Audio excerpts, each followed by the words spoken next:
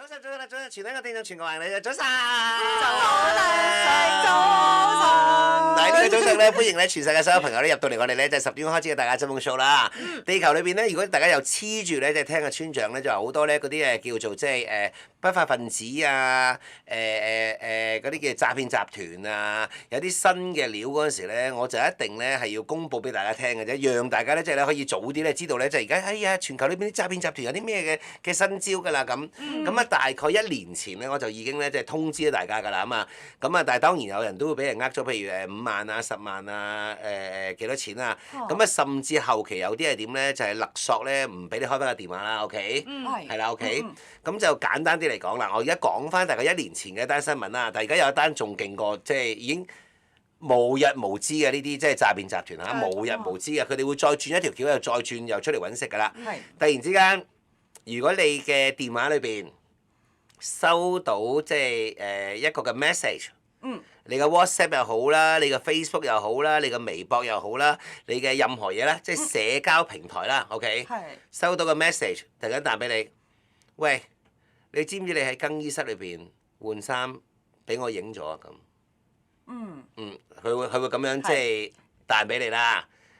佢話你一定唔信嘅，你睇一條片就知啦。我遲啲就同你再傾。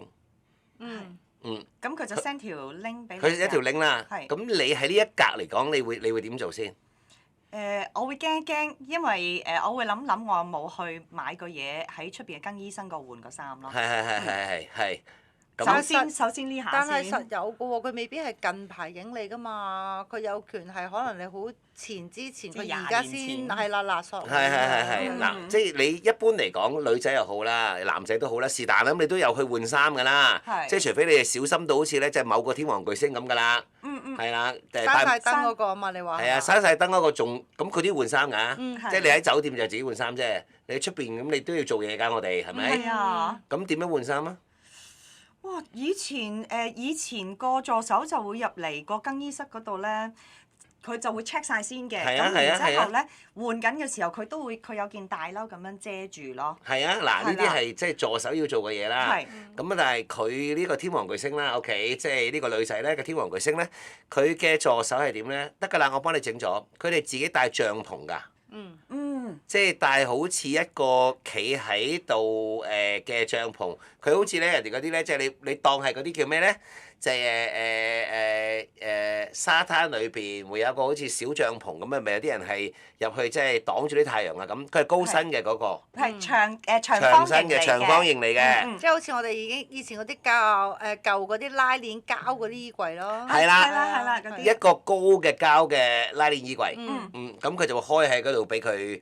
即係換衫嘅，咁啊如果佢大小便嘅話咧，都係喺嗰個嘅帳篷裏邊㗎，係啊。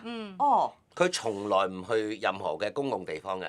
嗱，因為我當時聽到佢經理人就係講一句嘅啫，佢話如果我保護得佢唔好，如果有啲咩事嘅話，其實就好大件事啦。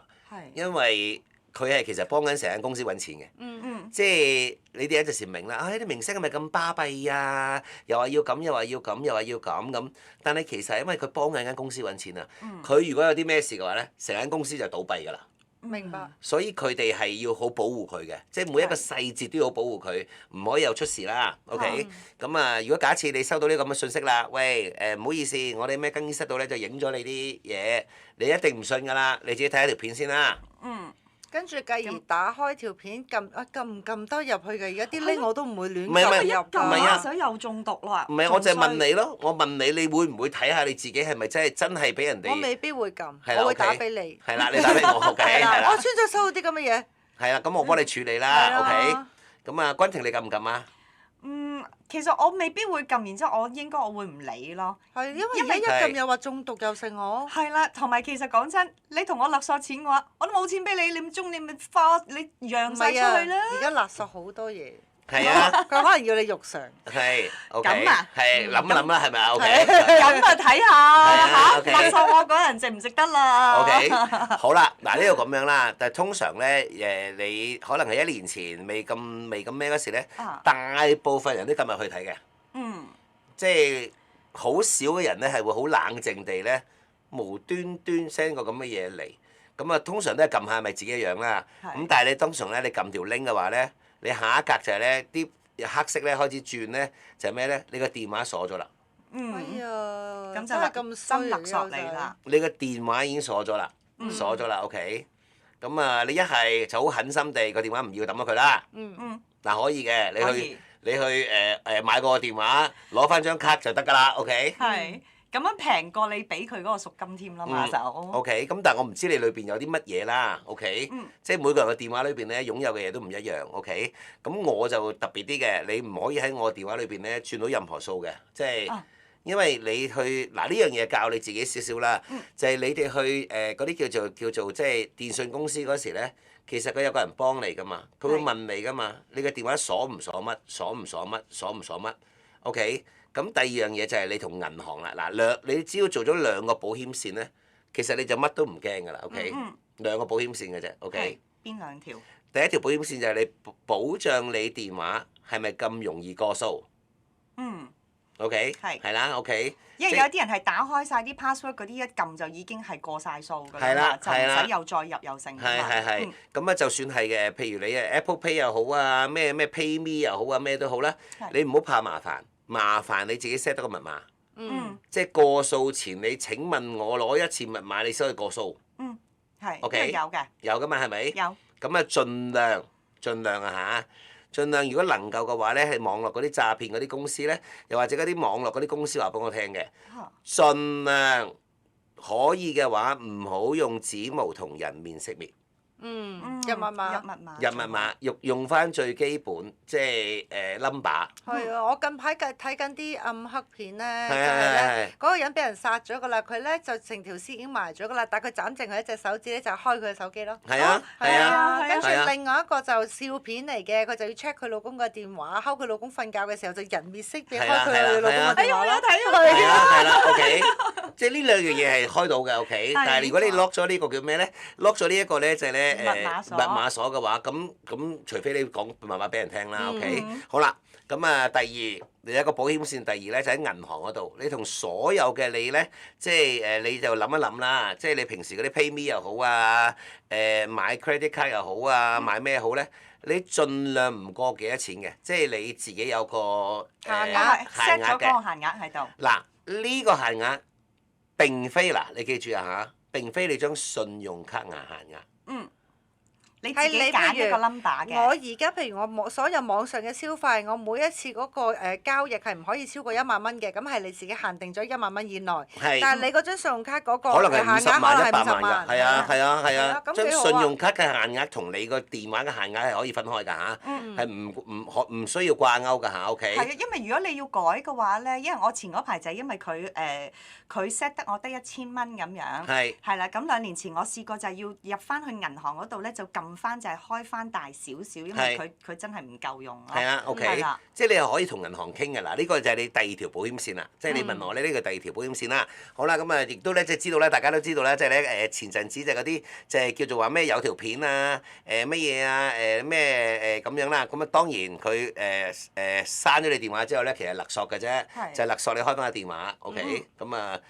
又唔落得你多嘅，係，因為佢知多咧，你可能買咗個電話啦，OK。我有啲朋友就係刪咗去 Facebook 咯。係啦，係啦，lock 咗你咯，就係全部就係倒數得翻幾多分鐘，如果唔係你就會消失啦咁樣，就永久開唔翻咁，咁啊都係勒索1萬啊幾千啊咁樣啦，但係佢個勒索1萬幾千都幾好揾㗎啦嚇，OK，大家小心，OK。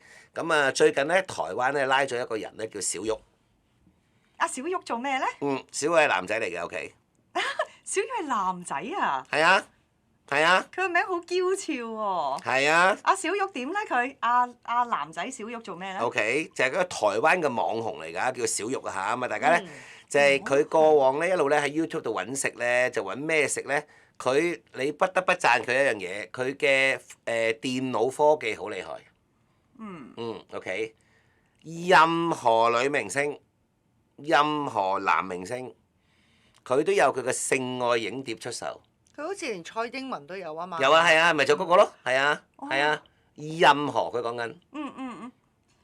但係我想問下，係佢自己 key 上去啲樣啊，定話係佢收集翻嚟㗎？唔係，佢嘅移花節目好犀利。係，咁你都好難影到蔡英文嘅真實。係咯，唔係可能蔡英文根本由頭到尾都未未有嗰試過。啲招式。唔係啊，未啊，或者佢根本咁多年咁忙啊，佢都未試過有房事啊，OK？太忙啦。係啦，哦，但係佢任何啊講緊嚇，任何女藝人啊，女政客啊，女明星啊，女模特兒啊，係啦，任何人嘅性愛影片都有。嗯。咁啊，當然啦，佢要收錢嘅。嚇， OK。勒索人哋收錢定係點啊？唔係。唔係佢收個客錢，譬如我好中意韓君婷同梁思浩嘅，我要一個佢哋兩個房事嘅影片咁樣，我咪賣俾中意你嗰兩個人咯。哦，咁佢就 key 嗰啲樣落去，整完之後咁就 send 俾你啦。唔係嘅，收錢佢唔係咁樣嘅。嗱，佢成個過程裏邊唔係咁嘅，因為你咁樣咪知道係假咯。嗯。嗱，而家阿思培嗰個你咪知係假咯。OK。咁佢係咁嘅，你中意睇邊個明星咁佢話我想睇下韓君婷啊咁，嗱佢 OK，咁佢就會喺啲片度咧就會 cap 下你平時嗰啲擺上網嗰啲相啊，你啲片啊，咁咧跟住咧有一條咧就係點咧？有一條咧佢就會點咧？佢用咗一個技術，嗱呢個技術咧原來係電腦技術嚟㗎嚇，佢就會其實就坦白講就係換咗你嘅，即係將你平時日常你嘅表情。就換咗落去一個嘅AV 嘅女仔度，佢會揀翻一個同你差唔多身材嘅。哇係。係。好似㗎。好似㗎。即係你基本上分唔到嗰個係假嘅。係啊，好似嘅。所以梁思浩同韓君婷呢一條片係會有㗎啦。係啦，OK。咁而佢就會，你就會問佢啦，你就會問佢，我想睇韓君婷啊，有冇啊咁樣？佢話得，等，你先做咗會員先啦，咁咪又會員又收筆費啦。跟住咁樣之後咧，喂嗱，而家我抄到嗱呢條片咧，嗱你知唔知有呢個網㗎？叫做暗網啊。哦，知道。係啊，暗網啦。Dark web。係啦，暗網啦。佢話嗱，我喺暗網裏邊咧就抄到一條係韓君婷嘅，係啦，咁就但係幾多錢？你買唔買？咁咧佢就當係轉手俾你嘅，OK？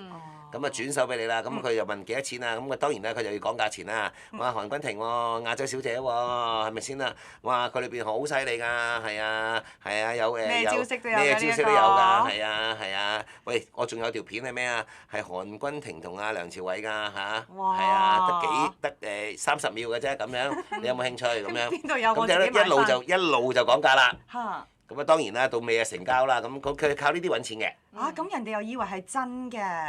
咁咧，OK，佢就靠呢啲揾錢咧。最近咧喺台灣咧就捉咗佢啦。咁啊，2021年咧7月咧就已經咧就好多人咧，因為咧有好多網上性愛片咧流傳啊。咁而咧所有嘅影片咧就嚟自呢一個人度嘅。咁啊而發覺咧好多時咧就係佢哋好識得利用咗呢個換面軟件呢個技術咧，將女星啊、所有人啊、女政客啊、移花節目咧，你係睇唔出有破綻嘅。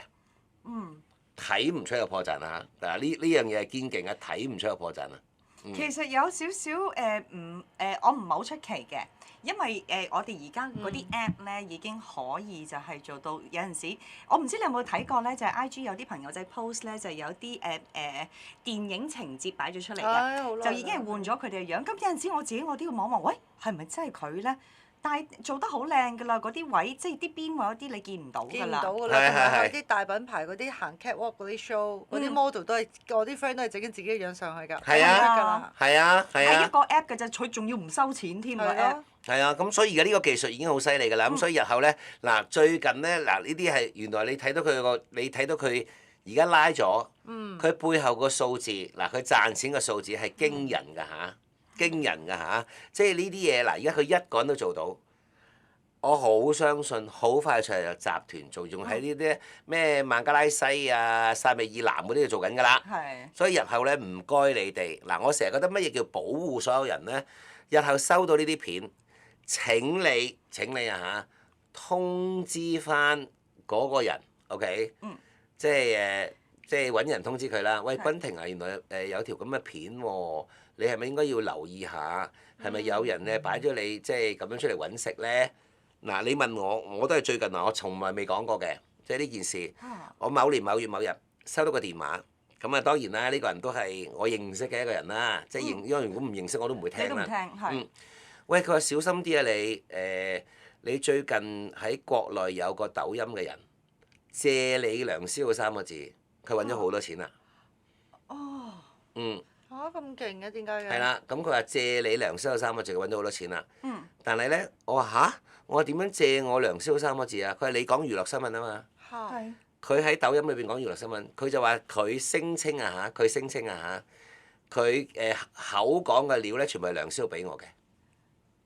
哦。咁你有冇得告佢啊？ OK，但係而家大件事到點啊？因為佢涉及到呢一啲咧政治啦同所有嘢咧，而家打算咧，即係我唔講啦，打算咧係點咧？點解佢哋要嚟揾我先？佢會連累你㗎喎，咁樣，因為人哋會問你就係、誒，佢話係你俾料佢㗎喎，阿梁生係咪啊咁？所以咪嚟揾我咯。OK，咁當然你問我做得呢一行公眾人物，我每一格嘅細節都好小心嘅。嗯。咁所以咧，大概咧，如果大家即係有睇我節目或者有睇我 Facebook 咧，我大概2個禮拜前，我喺網上面寫一篇嘢，某某某女士喺抖音裏邊利用我個名去製作抖音，本人對於呢位女士毫不認識，亦都冇任何瓜葛。如果佢再用我梁思浩3個字咧，請你哋第一時間報公安啦。唯有要做呢一個保護咗自己先啦。唔係啊，因為你要撇除關係啊。係。要保護翻自己，撇除咗一樣嘢。因為佢講嗰啲嘅抖音咧係好多人睇啊，因為佢聲稱啲料喺我度攞嘅。係啦，佢一 hashtag 你梁思浩，啲人就已經會撳入去㗎啦嘛。同埋第二就係佢聲稱識咗我25年，我完全唔識呢個人添啊。係啊，係啊。佢梗係要咁樣聲稱你啦。你唔明，即係你唔明一樣嘢嗰個嘅利害關係啊！嗱，當然到尾我係唔需要有任何嘅法律上面嘅嘢啦，但係我會好麻煩。我會第一時間俾人哋 lock 晒我所有嘅銀行戶口，我會俾人哋 lock 晒我所有嘅電話，我會俾人 lock 晒所有嘅嘢，因為佢要拉一個人嗰時咧，我都會因為我係同埋一組嘅人咧，我都會受牽連嘅。受牽連㗎。有陣時你見我哋點解話每一樣嘢又話要好清楚啊，又要講聲明啊，講乜嘢？係因為我哋好容易係俾人哋喂，你話識我啫，我從來冇見過你，我點識你啊？係。點識你啊？但好多人都係咁樣揾食咯。唔係啊，最近 YouTube 都有個空姐都係咁樣揾食㗎，我都唔識佢嘅都係，即係佢咪話佢咁樣咁咩啊？我都係聽梁思浩講嘅啫咩咁。喂，佢講一句。我就要梁思浩3個字就孭飛㗎咯喎！係，所以你不停咁樣每一日都要發文，就係呢個我又唔識，嗰個我又唔識。係啊！但係都話打你梁思浩3個字一定有點擊率咯。係啊，咁但係你問我就不停要撇除關係，不停撇除關係咯。你話唔使啦，有啲嘅人我問咗佢㗎，有冇咁多嘢？日都有人講㗎啦。我話你終歸啊有警方上門咧，你就知你大鑊啦。嗱，我到尾我都相信你會冇事，你都會冇事，因為你真係同佢係完全唔識。但係搞你3個月，你個戶口都唔用得嗰時，就夠麻煩啦。係啊，你連少少第一格都唔做，到時我同你講咗，你4個月都冇戶口用嗰時，你唔好嚟揾我啊！嗱，你咁樣發個聲明，係因為你撇除咗嗰個咧喺裏邊同佢有拉楞嗰樣嘢啊！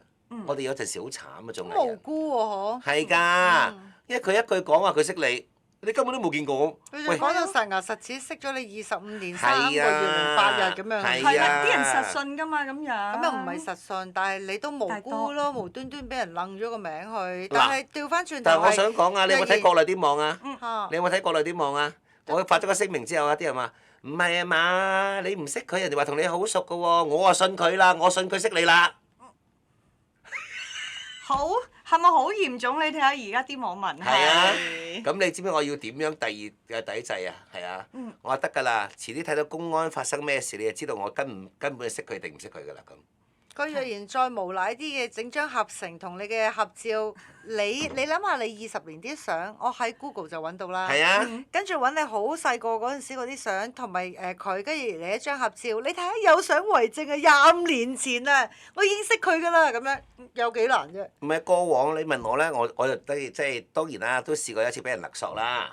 但係我就後尾同即係報紙講咗㗎啦。咁好彩當時嘅傳媒啦，亦都冇搞大件事，即係亦都冇即係咁就即係撇除咗關係啦。咁好彩傳媒就相信我嘅為人啫，嗱相信啫。咁啊，不過我就好聰明地講一樣嘢嘅，即係有陣時你遇到一件事，你點樣去拆彈咧？都係一件好聰明嘅事嚟嘅，點樣如何拆彈啊？OK，咁啊好啦，咁啊今次你講咧嗱，大家點解會咁緊張啊嚇？咁緊張啊！由於啊喺呢個台灣咧就已經拉咗一個叫小玉嘅人啦，就係借助呢個咧就係咧明星啊名人啊所有嘅嘢之後咧移花節目咧就係賺錢啊！而家拉咗佢㗎啦，咁啊所有嘅存摺啊13本啊電腦2部啊所有證物咧都拉咗㗎啦。仲外原來佢唔係淨係一個人犯案嘅，仲有2名咧同黨㗎。OK，咁啊所以咧今次咧呢件事咧而家已經交俾呢一個咧即係咧地方嘅檢察廳。咁啊，我估佢應該都判得重㗎啦，OK？梗係好啊，應該連阿蔡英文佢都減死 key 落去。OK，咁加多20年啦呢一條罪。嗱，咁但係你問我咧，如果佢你佢撈咗咁耐嚇，你哋一早啲女藝人出聲咧，其實唔好早就已經拉咗㗎啦。唔係，但係慘啊！開頭出聲嗰啲全部都係嗰啲網紅仔啊，嗰啲即係唔係好紅嗰啲 artist 啊。你走出嚟咁啲人覺得你搏劍報蝦乜鬼嘢係好係咯？唔係啊！我有陣時我成日都講啊，但係當然我上次即係鬧過一個女藝人啦。你俾人喺巴士度摸咗一下，你唔出聲。哎呀，費事啦！咪啲人要我搏劍報啊！但你助長。其實你助長咗佢去摸第二個，其實你都係共犯。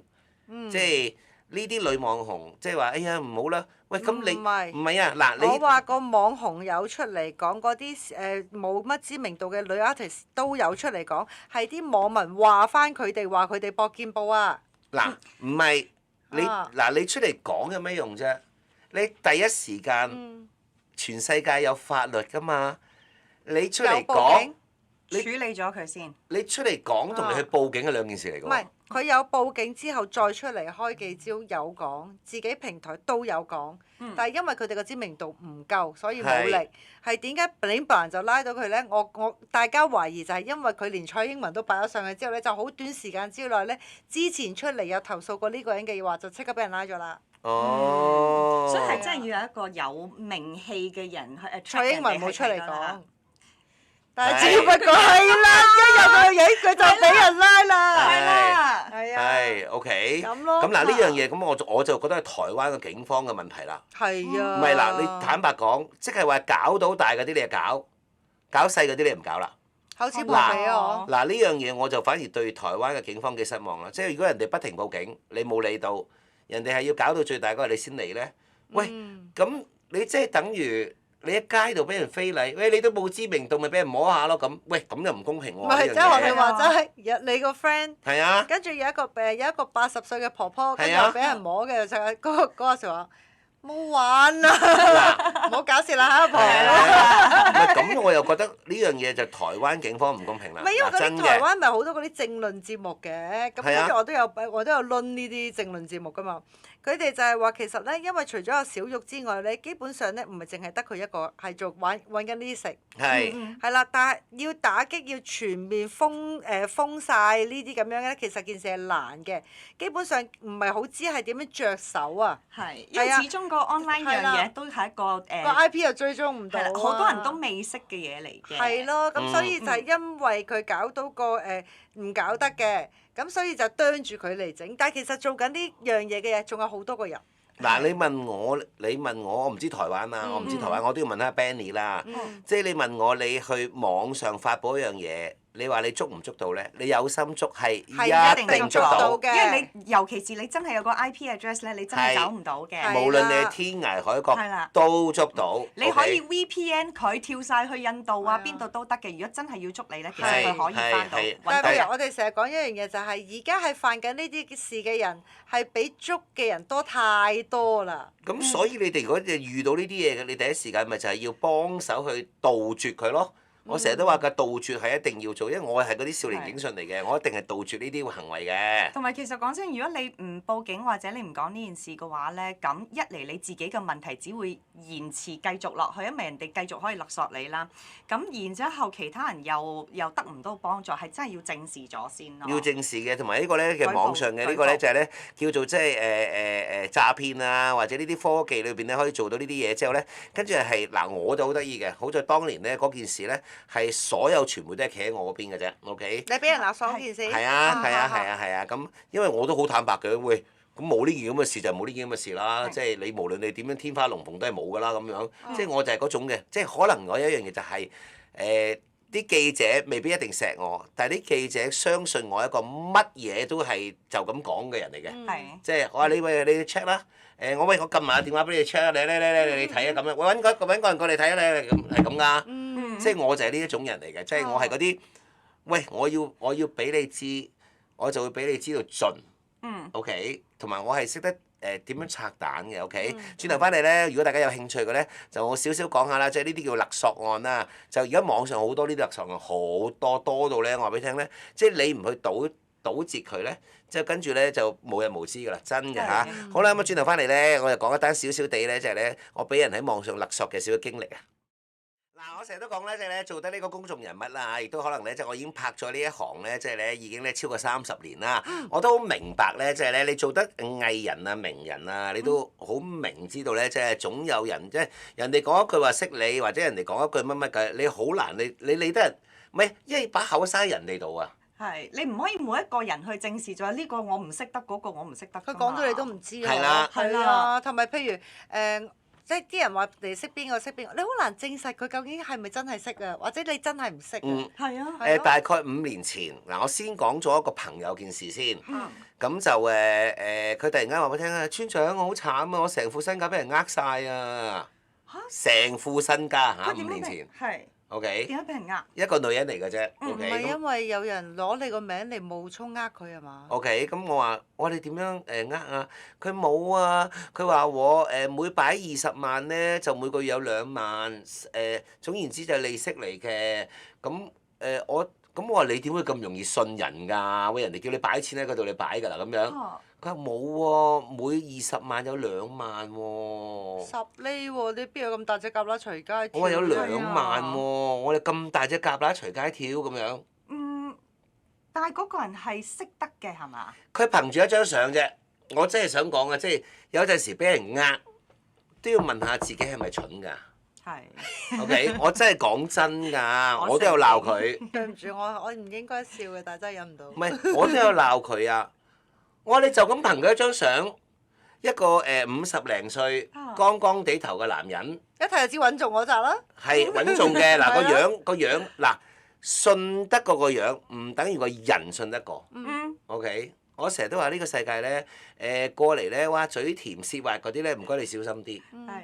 就係我哋呢啲咧，嘴咁賤嗰啲咧，你就唔使太擔心。你而家你知我幫你改咗個名，你係賤賤族群嘅族長。因為我哋做咩要氹你啫？即係老老實實大家工作唔使氹咁啊，氹咩啫咁樣？咁樣話説咧，佢就開一間嘅，即係嗰啲叫細間，好細間嘅啫。就係即係喺啲即係地方度開間茶餐廳仔咁啦。咁啊，你知好多人坐入嚟㗎啦。咁我就話你100%中咗而家市面上面嘅老千局。一間茶餐廳咁樣點中啊？OK。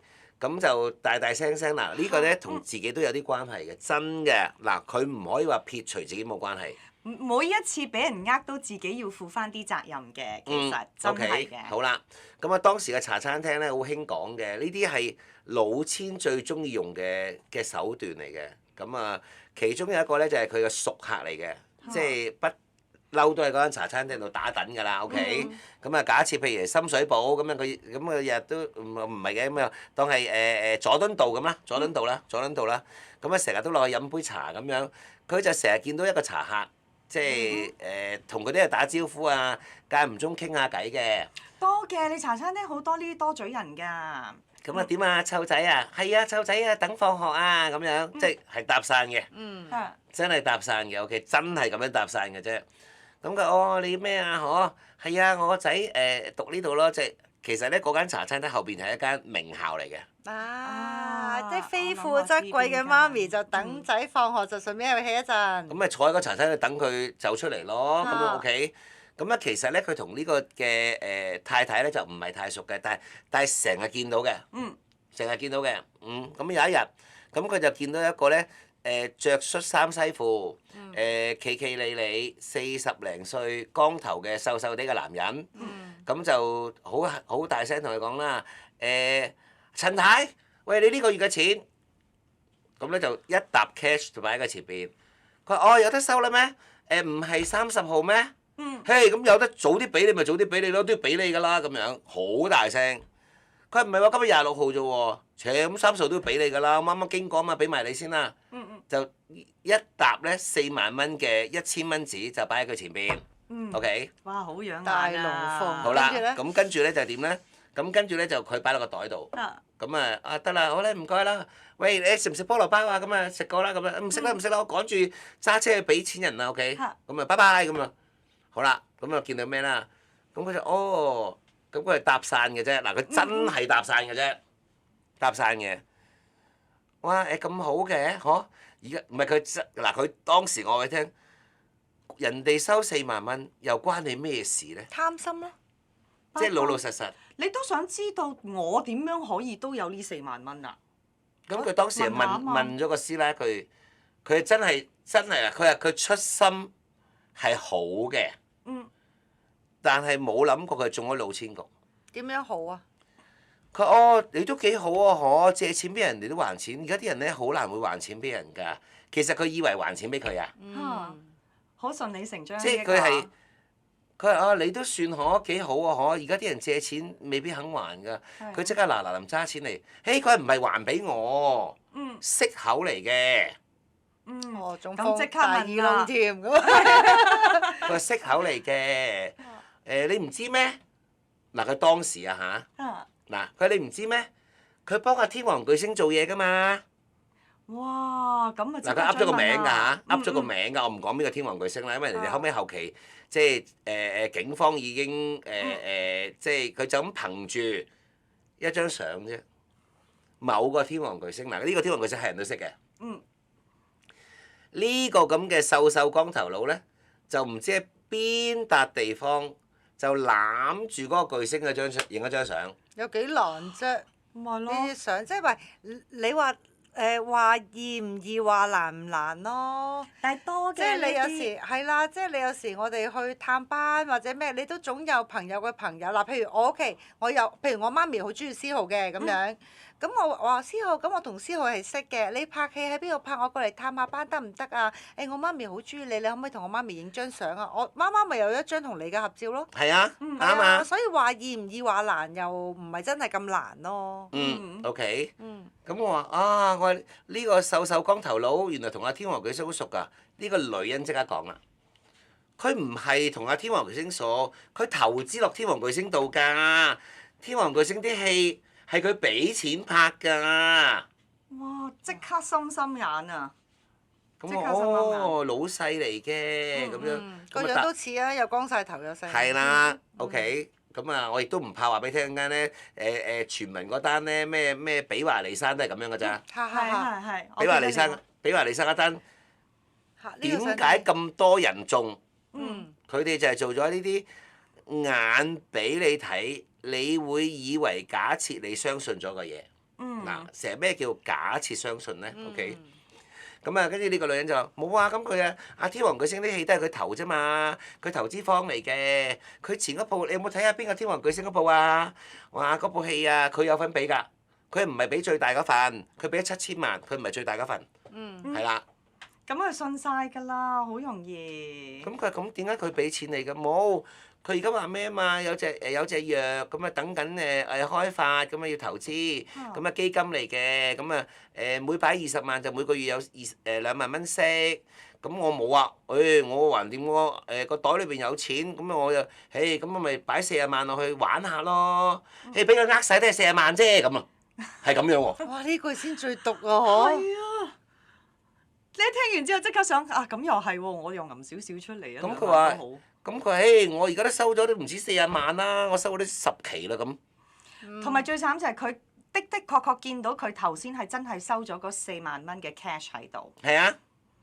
因為佢自己眼睇到嘛。咁當然啦。同埋佢引到佢自己開口問佢先啊嘛，佢唔係過嚟衰你啊嘛。係啊，佢從來都唔係啊，佢只要呢啲老千過引你開口㗎咋。OK 就係佢嗰日，如果若然係你唔開口嘅話，佢咪當做場大龍鳳咯。睇下次下個月又咁上下嘅話，又做一場咧，因為坐喺度嗰啲人嚟嚟去去都係嗰啲人啫嘛。係啊。即係佢今個月煲你唔到，佢俾多嗰一個月煲你。咁但係當然啦，呢個大家都知啦。佢收得咁上下呢一個茶餐廳啲師奶啲數咧，就撇㗎啦。佢就人間蒸發㗎啦。係啊。OK，咁你覺得呢個最先呢一個搭訕一個同佢係咪同謀啊？最先搭訕係咪同阿光頭佬係同係啊謀？係。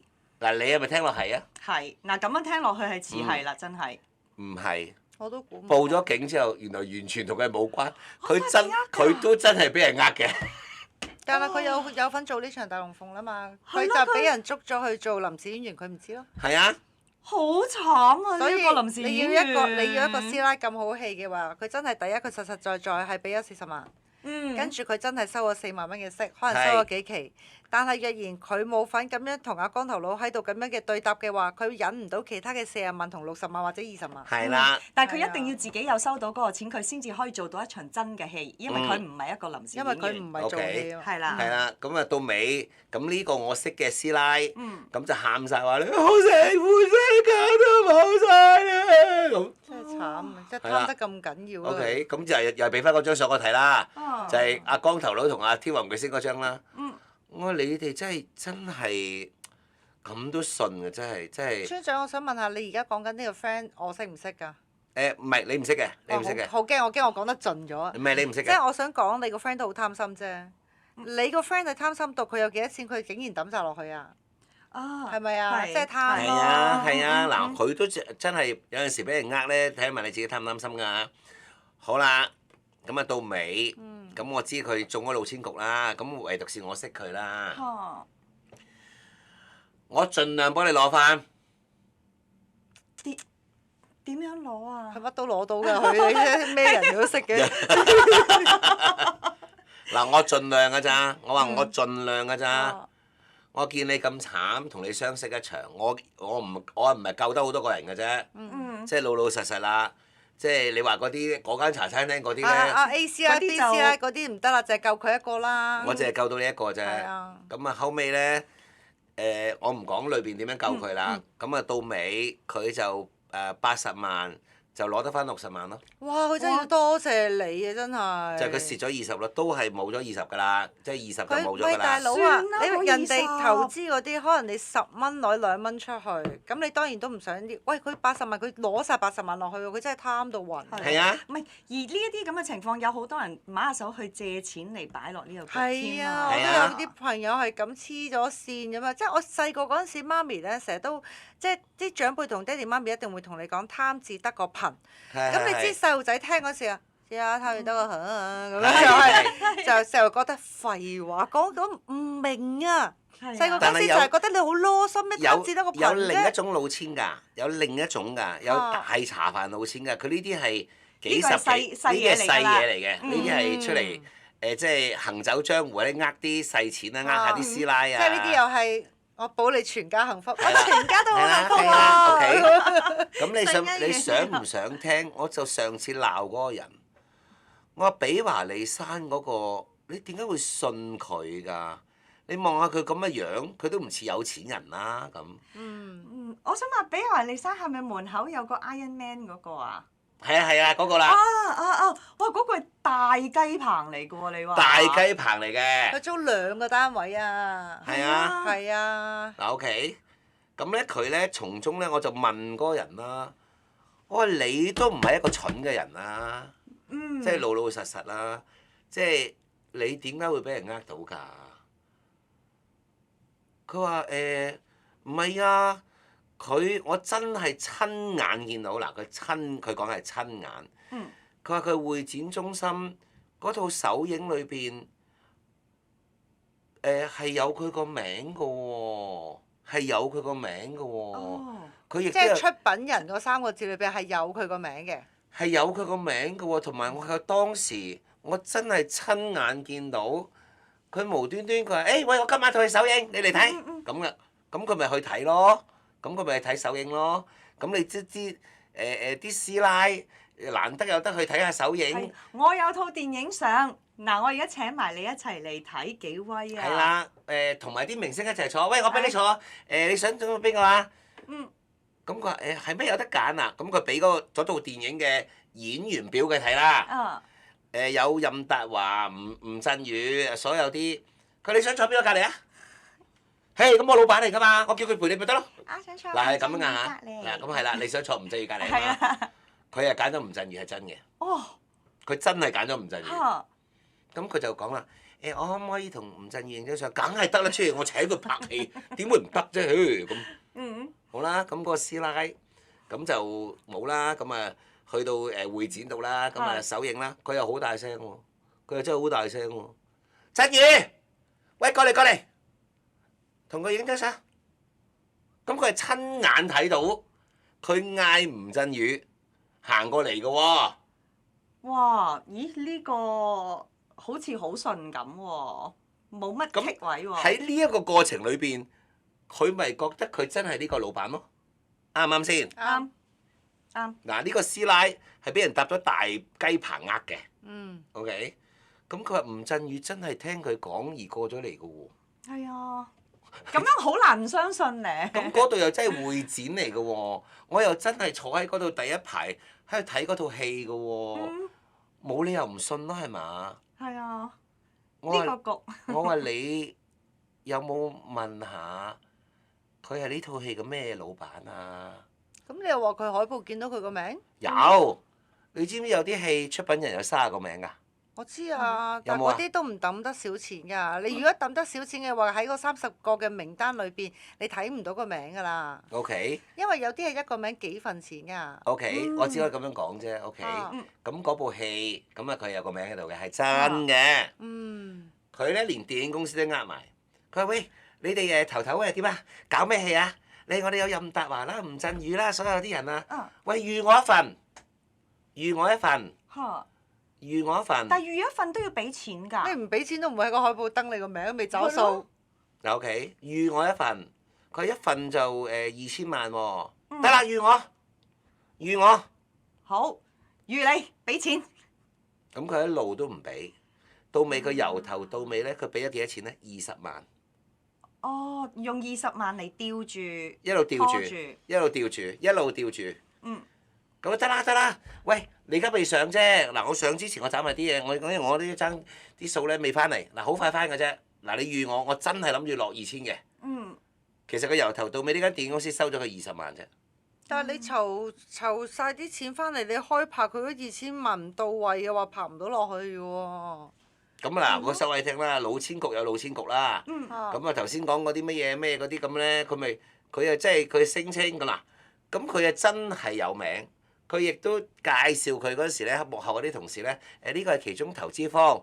咁啊，吳鎮宇俾人告一棟嘅。喂，鎮宇過嚟。咁佢見到投資方咁樣，是但。有30個老闆都要認得啫，可？你可能係公司同事嗰啲咁樣，出品人之一咁樣。係啊。有可能即係同佢講出品人之一，細細聲。認唔到㗎啲演員，做緊太多啦！你拍親都幾億。唔係啊，你知你拍出啲戲咁大嘅戲幾億，有可能每人2000蚊一份，嗰度都30個人㗎啦，係咪？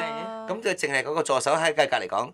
出品人咁好，係啦，好。即係你禮貌上話同阿三姑同埋阿六婆咁樣影張相係好正常嘅禮貌性。係，同埋佢哋一嗌，咁咪影咯。對我哋嚟講，影張相咪日日都影㗎啦，啲相都要係咪先？同埋你去到首映嘅嚟得一定係嗰個製作團隊裏邊重要嘅人先可以去嘅。係啊。同埋你請得嚟去睇首映嘅嘉賓，可能都係呢一行嘅人。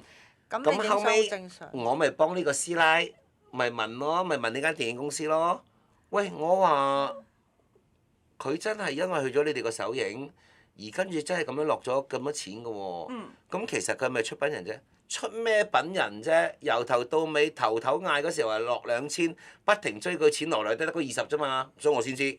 哦，咁你唔問埋佢，咁你做乜鬼嘢個海報咁失策又登埋落去？咁印咗落去啦嘛。唉，嗰陣佢都有啲能耐又係。係，有啲運仔真係。唔係運仔，點解會覺得有啲運仔咧？有啲運仔啲人，即係嗰個出品人，即係佢又唔改嗰張海報，咁就俾佢慢慢咁樣冧落去啦。唔係啊，嗱，你問我當時你就咁上網睇啊。佢又好得意㗎，譬如佢只要答到你韓君婷。喂，韓君婷啊，我好鬼欣賞你嘅。我心諗我使鬼你欣賞，即係呢啲老千。但係通常有啲人都信嘅，係啦，即係。喂，韓君婷，嗱，我要搞個飲食節目。嗱，我諗住，我唔理你啦，可能你都真係貴㗎啦，俾個面我，俾個面我，真係俾個面我，5萬蚊一集，幫我拍一拍得唔得？OK，即係佢開個價錢咧，唔係低嘅。市價嚟嘅。如果一般嚟講咧，俾嗰個藝人咧，係高嘅。即係可能君婷平時拍一個飲食節目係3萬，咁佢就俾夠5萬蚊君婷。類似係咁啦。但係仲要加啲甜言蜜語就，你當俾個面我5萬蚊幫我拍咗佢咁樣，跟住君婷就會你有欣賞我又有面又俾市價高，好難拒絕。係啦，即係其實可能佢收緊 TVB 就15000，佢仲要話俾你聽，唔好意思啦，我知道你而家咁紅，幫手啫，我俾5萬蚊一集你。有呢啲係啦，係啊，真係。喂，當俾個面我好冇？啊，神女撒個冧，真係最中意呢啲啦。好啦，好你咁欣似賞我，好彩你冇走歪路咋。如果我做老千啊，你哋俾我呃晒啊！係啊，係啊，撒個冧，撒個冧。佢乜都呃，淨係唔呃個肉體。係啦，我最想就係呃個肉體。好啦，唉，咁你係咪應承咗先？應承呢個大家傾下幾好喎，咁樣好啊好啊，睇下期點啦。你預咗我揾你10集啊嚇，OK？喂，你有冇啲朋友姊妹？係啦，都係做呢行嘅。有冇啊？做乜嘢咧？想點？唔係咪一齊拍飲食節目咯？大家開心啊嘛你。哦，咁佢係開另外一個節目。唔係啊，同你一齊做。哦，OK。佢就未必會介紹，因為驚搶啊嘛。係啦，因為如果我介紹第二個媽手，佢踢走咗我。但係佢如果個對白同君婷講話，我個節目需要3個人嘅話，即係1男1女咁樣。佢話你有冇 friend 啊？若然唔係咧，我就揾下邊個㗎啦，揾一啲同你有競爭力嘅，咁你就會寧願掹自己 friend 唔用出邊人㗎啦。咁我就即刻話咁啊，不如我揾阿思培同埋思豪啦。哇，梁思豪好貴㗎，我請唔起㗎喎。我幫你同佢傾啦。係啦，我哋3個一齊啦，傾下啦咁樣。咁就死啦！跟住君婷過嚟同你講咧，你知啦，你有錢就什麼都可以啦嘛。對啊。我都會 check 下個底嘅，你放心。咁你就可能同阿君婷講，佢就咁啊，但係我收開50萬一集嘅喎，你幫我同你個 friend 睇下得唔得？得，我哋先傾啦咁樣。嗰條友仔又乜都話得㗎嘛，跟住。係啊，一定得㗎。咁你就會覺得，咦？又君婷個 friend，咁跟住佢又開節目，好似又有啲資料俾你睇到，佢又做緊啲乜嘢嘅喎。咁唔緊要啦，不如晏晝出嚟，大家喺 coffee shop 傾15分鐘啦，咁樣即係咁。你就呃到出嚟，跟住佢就同你有張合照啦。係啊，係啦，佢咪由你嗰度開始搭訕出嚟咯。哇！咁我就慘啦真係。同埋搭到我哋兩個覆頭冇意思啊嘛！佢俾人睇嗰啲相咧，見到梁思豪，喂，梁思豪咁精明，咁鬼醒目，跟住佢同呢條友仔都好似有啲嘢傾緊喎。你知唔知佢仲要醒啊？佢仲要醒啊！咁啊，君婷就同呢個咁嘅老千講啦，比華利山老千講啦。梁思豪貴㗎喎，你都幫我傾下啦，貴就貴咯，貴就貴咯，如果唔係你韓君婷，我點會請到梁思豪啫？咁樣。哦，咁啊，咁好啦好啦，但係佢咁嘅價錢喎，你俾唔俾到啊？幾多度啊？幾多度啊？佢50萬一集㗎。50萬一集啊？係啊！我以為佢70萬添，喂，即刻幫我揾。你真係好似。Thank you very much。你知唔知我即刻手濕出汗啊？佢講下，作為一個老師，你都相當出色嗰陣。係啊，佢仲係咁啊，即係因為佢仲要俾翻 credit 你啊。佢仲要俾個高帽笠，由頭笠到佢要攞個高帽俾你韓君婷。係啊。哇！喂，好彩啫，因為你識阿思豪。佢先收50萬啫，喂！真係多謝晒你，撒冧！我代表嗰班孤兒啊，嗰啲咩嗰啲咧，因為我個節目咧係做慈善基金嘅。係啊。哇！我哋又揾到你啦，又揾到梁思豪啦，又揾到李思培。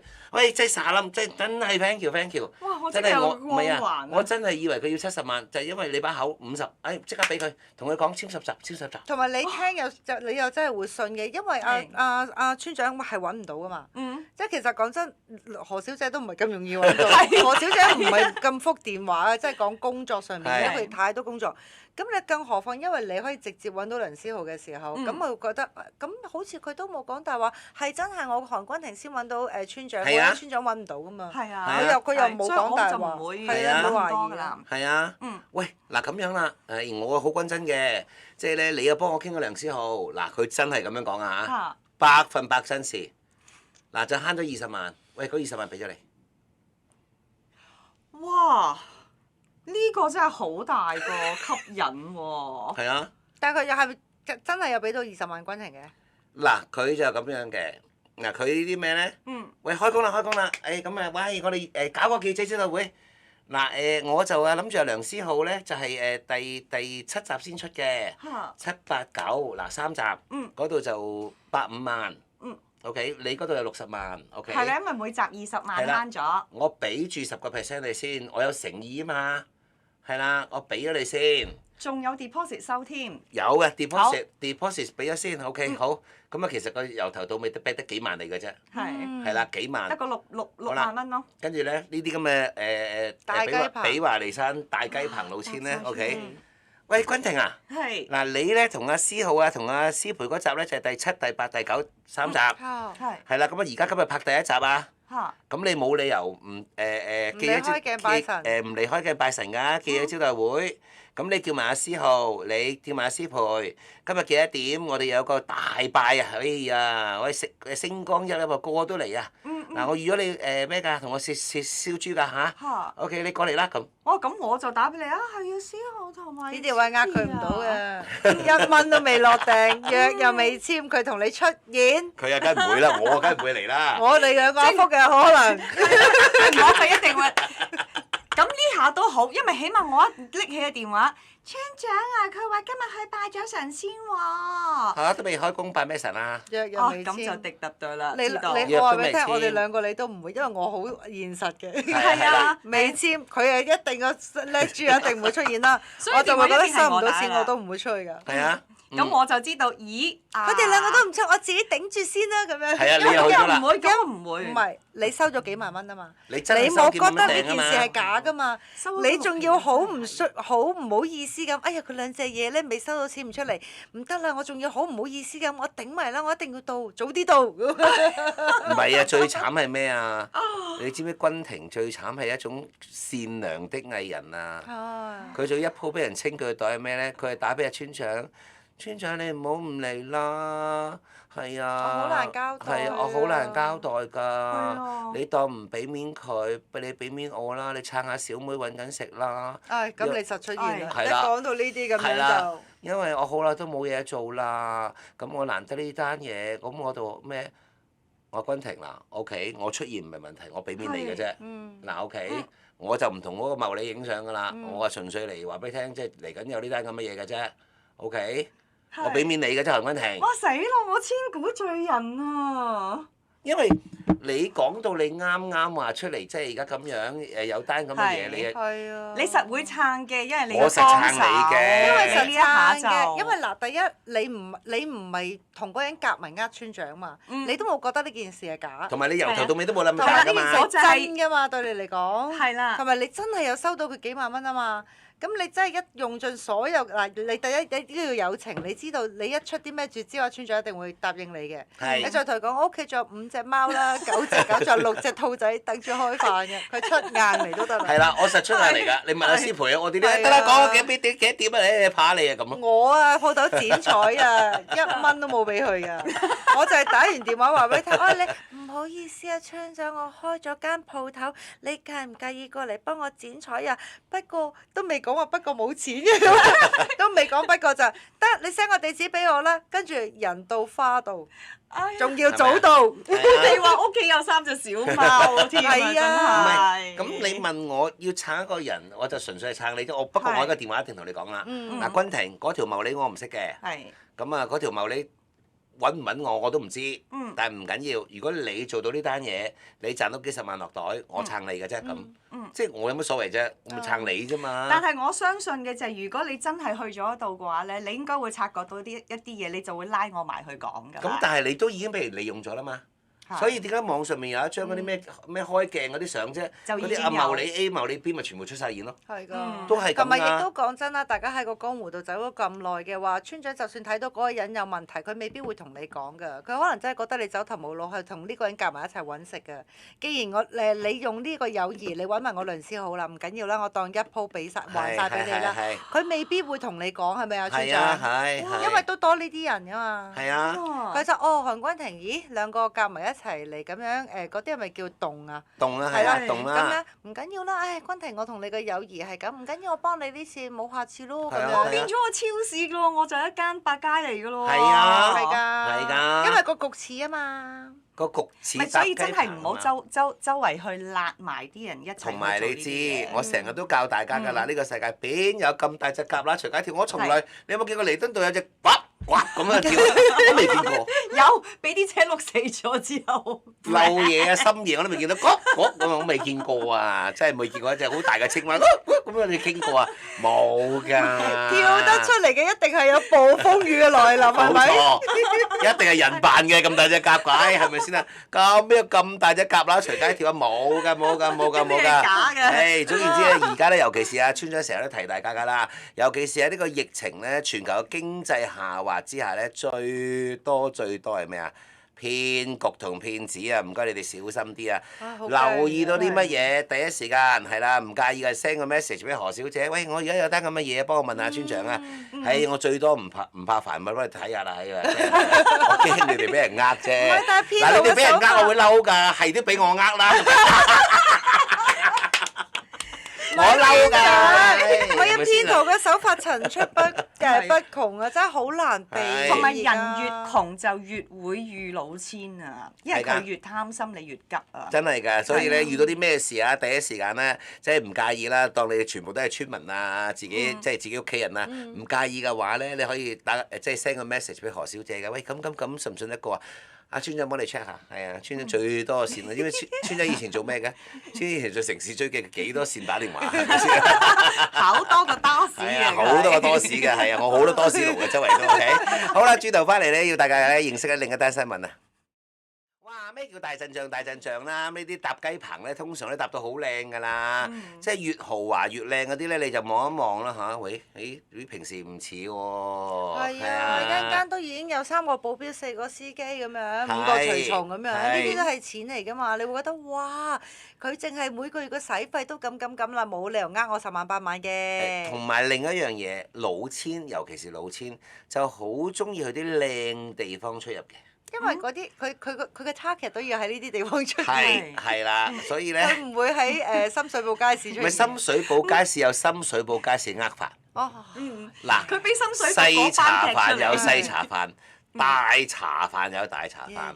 嗱，派頭嘅嘢咧，你問我咧，有陣時咧我去到間餐廳咧，都同個經理咧，即係都搭訕下嘅，即係都熟嘅。咁啊，有陣時會見到問下佢八卦下咧，喂，我話嗰個咩喎坐喺度喎，唔知咩嚟嘅老千，即係佢哋都會講㗎。因為成日坐喺度抱住啊。係啊。哦，哇，係啲侍應，其實尤其是係酒店嗰班咧酒店嗰係班把口最犀利。因為佢哋個觀察力有強。第一，佢會知道佢嚟到住啊，用乜嘢啊咁啦，係啊。同埋其實酒店嘅 secure 咧係都幾勁下嘅，我發覺，因為佢哋有好多時都會知道出邊搭緊啲咩棚咧，佢哋有陣時收到風嘅。啱啊。係啦，咁佢哋就會散俾一啲主要嘅同事知道咁咯。OK。話當日你知唔知咧？我救翻一個女明星啊！嚇即係 TVB 嗰啲我諗係5線到啦，係噏得出名靚嘅。係咩啊？噏得出名嘅。噏得出名，但係唔係都係噏得出名啦，但係就冇乜作品，乜都冇嘅。但係靚女嘅，靚女後但生。有錢俾人哋，或者係用佢個名氣。有人想我唔知佢乜嘢關係之下，即係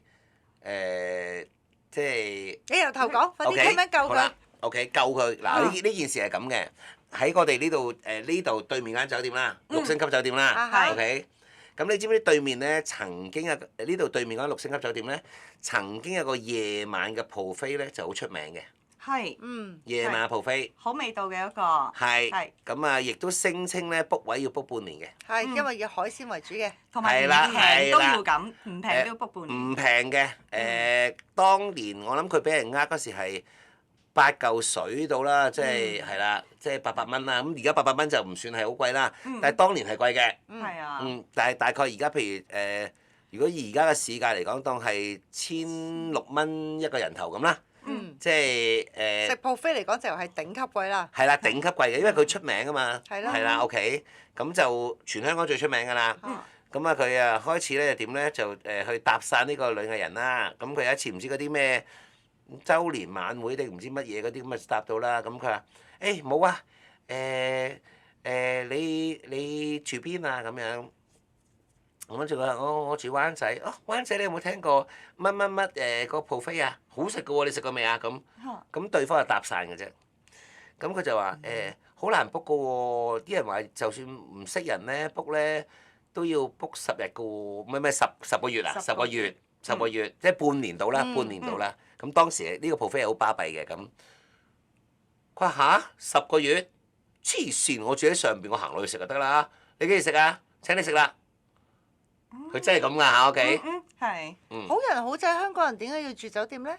屋企裝修。係啦。 OK。其實原來香港好多人中意住酒店，係啊，好似 service apartment 咁。好靚嘅，同埋我都有心喐嘅。我有幾個啲30歲嘅男士朋友咧，都係選擇住酒店嘅。有人講話係啊，同埋佢4-5萬蚊一個月，又有上個小廳咁樣，唔錯。好啦，咁冇啦，咁跟住就真係啊！咁你請我食啊，出嚟食咪出嚟食咯，喺樓下啫嘛。咁佢當時覺得係一個 coffee shop，亦都冇危險。係。冇危險。open 地方嘛，好似。open 地方。咁佢話咁今晚聽晚啦，聽晚7點鐘啦咁，OK。咁但係佢咁樣就同咗嗰個即係嗰個男士食飯啦，咁樣就約咗佢食飯啦。咁佢咪食個 buffet咯？佢諗住又係公眾地方，冇乜嘢嘅啫。係咯，食自助餐咁嗬。係啦。咁佢跟住呢個女仔咧就都同我有兩句偈傾嘅，即係開工嗰時，佢話村長啊其實件事咁，我咁奇怪。係咯。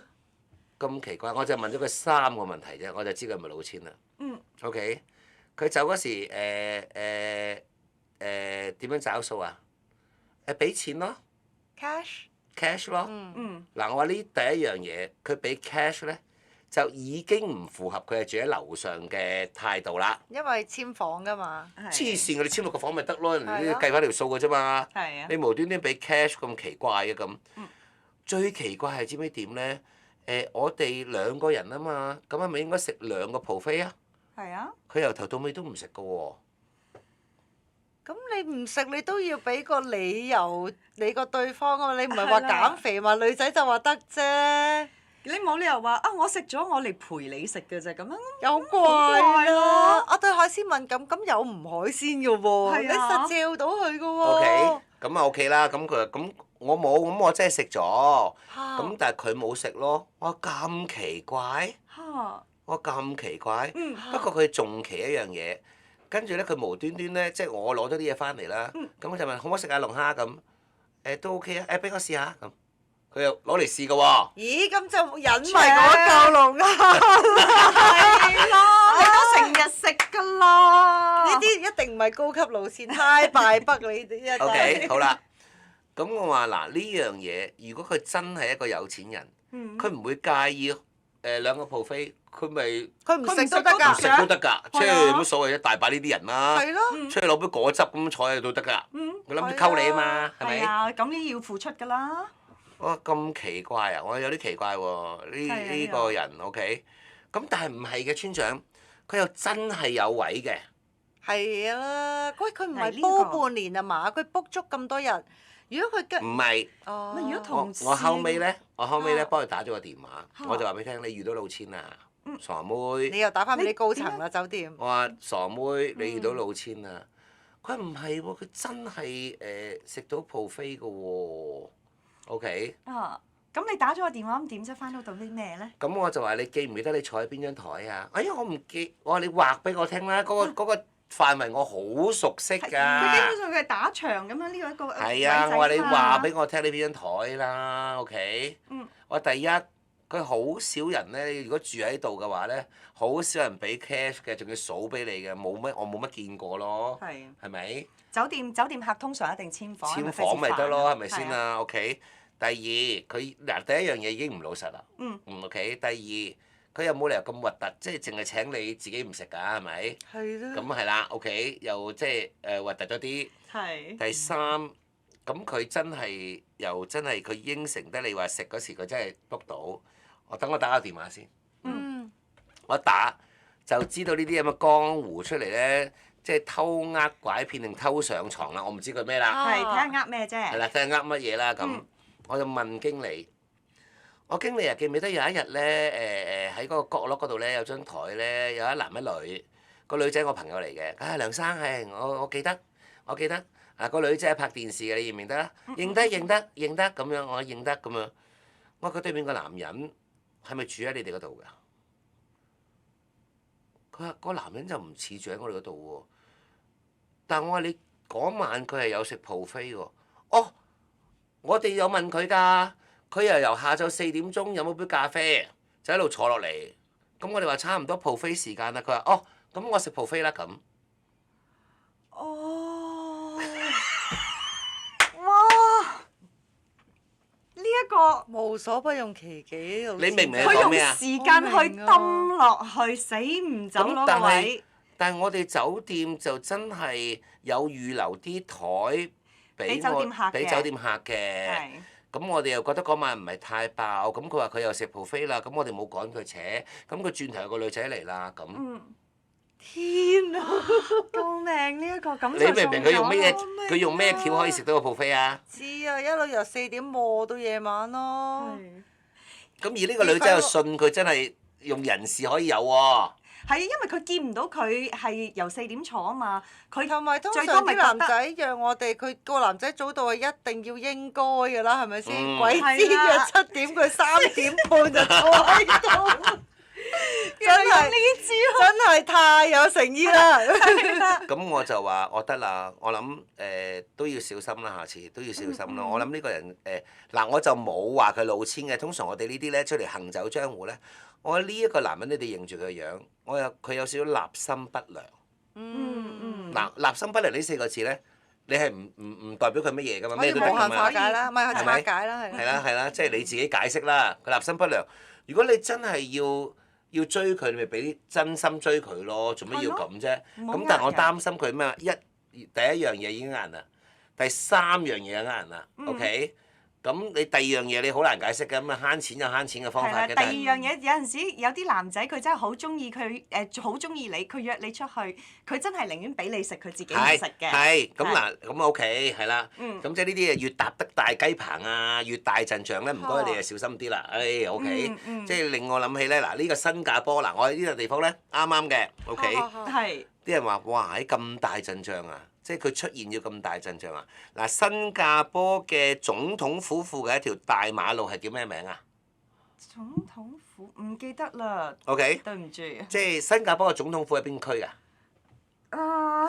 佢發生一件事，今次咧就話俾你聽，哇！有冇咁大支嘢咁巴閉啊？咁樣。我唔記得個叫咩區，對唔住，唔好意思。OK。請阿村民阿 Brina 幫我啦，呢個可能要。Brina 就係新加坡係嘛？阿 Brina 係新加坡嘅。OK，阿 Brina 就係總統府嗰條好大嗰條嘅路啦。OK。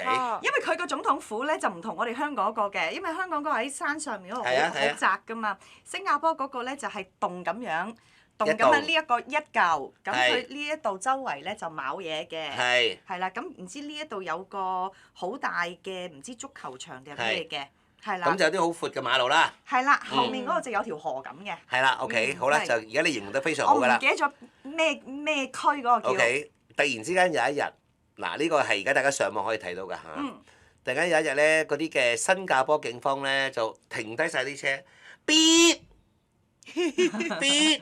全部車停晒 OK， 全部停晒，跟住所有係癱瘓晒成個即係新加坡政府嗰條即係馬路癱瘓晒㗎啦。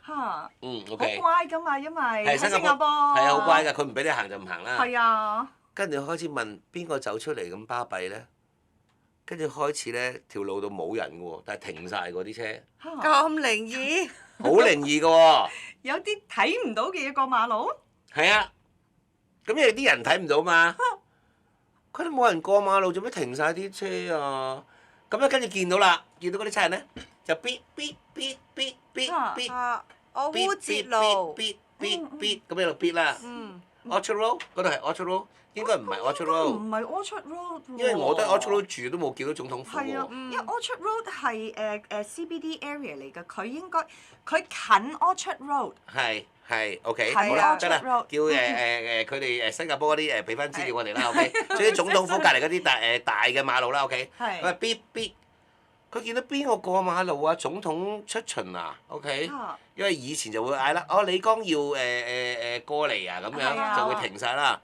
跟住冇人望到有嘢喎。冇喎。但係見到啲警務人員咧，好細心咧，必咁樣喎。使唔使望底啲？係咪地下嗰度有嘢爬？定話可能有隻鴨仔出嚟啊嘛？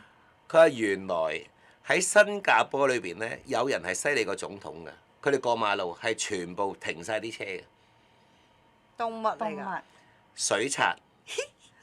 哦。佢話新加坡咧係由於以前係有水賊，佢哋不停起嗰啲咧路啊，之後咧嗰啲水賊咧係已經開始咧，已經咧即係越嚟越少啦。係。佢話有幾個即係嗰啲水賊嘅族群嘅，佢哋一行16隻要過馬路咧，佢哋停晒啲車俾佢。好 Q 啊！我未遇過啊。你知唔知新加坡有水賊住㗎？我知道，我睇翻新聞我先至知啫，其實。係。我住新加坡咁大，即係喺嗰度咁多年，我唔知道。咁咧，跟住咧，呢班水賊要過馬路咧，係咁樣㗎咋，真㗎。即係好似我哋小學學校出邊咁樣過馬路喎。一班咯。一班咯。因為點解佢哋要咁緊張咧？因為佢哋已經越嚟越少啦。同埋因為新加坡喺總統府附近嗰個湖邊咧，其實係原本係佢哋居住嘅。係啊，係人類掠奪咗佢哋嘅地方。咁人類掠奪咗佢哋地方，佢哋覺得唔係幾好意思，所以凡係水賊出街過馬路咧，佢哋會停晒啲車俾佢哋過嘅。新加坡人幾好喎，嗬！其實全球好多人都係即係都做緊同一樣嘢，但係唔會咁樣禮待啲小動物咯。佢唔會覺得我掠奪咗你個家園㗎嘛。但係新加坡會喎，新加坡同埋澳洲咯，係啦，澳洲佢係除咗停晒啲車俾佢過馬路咧，擾攘咗都唔短時間㗎。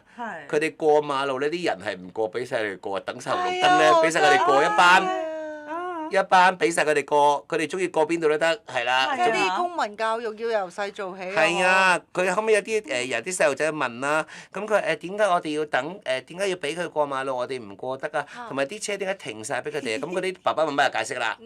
佢係由於咧，我哋咧原本嘅地方咧係水塘嚟嘅，咁我哋咧起咗啲路啦，咁啊原本咧我哋就霸咗啲地方，咁所以凡係咧即係佢哋要過馬路啊，所有咧我哋就要停晒俾佢過嘅，我哋唔可以影響佢嘅，同埋佢哋個因為咧佢係新加坡裏邊咧，其實總共有咧就有幾大嘅水賊嘅族群嘅，咁佢哋有陣時咧個數量多得滯咧，佢哋搬去第二度住咧，佢哋搬家我哋就要停俾佢搬家㗎啦。係啊，咁好好喎。係咪啊？好好嘅教育，真係。應該而家咧要開始就真係保護翻佢，咁就係講緊近呢幾年嘅事嚟嘅。咁因為我細個嘅時候咧，水賊係冇咗㗎啦，新加坡。冇咗㗎啦。係冇㗎。係啊。係啊。就係因為人類太多，所以就係本身有嘅就直頭係滅。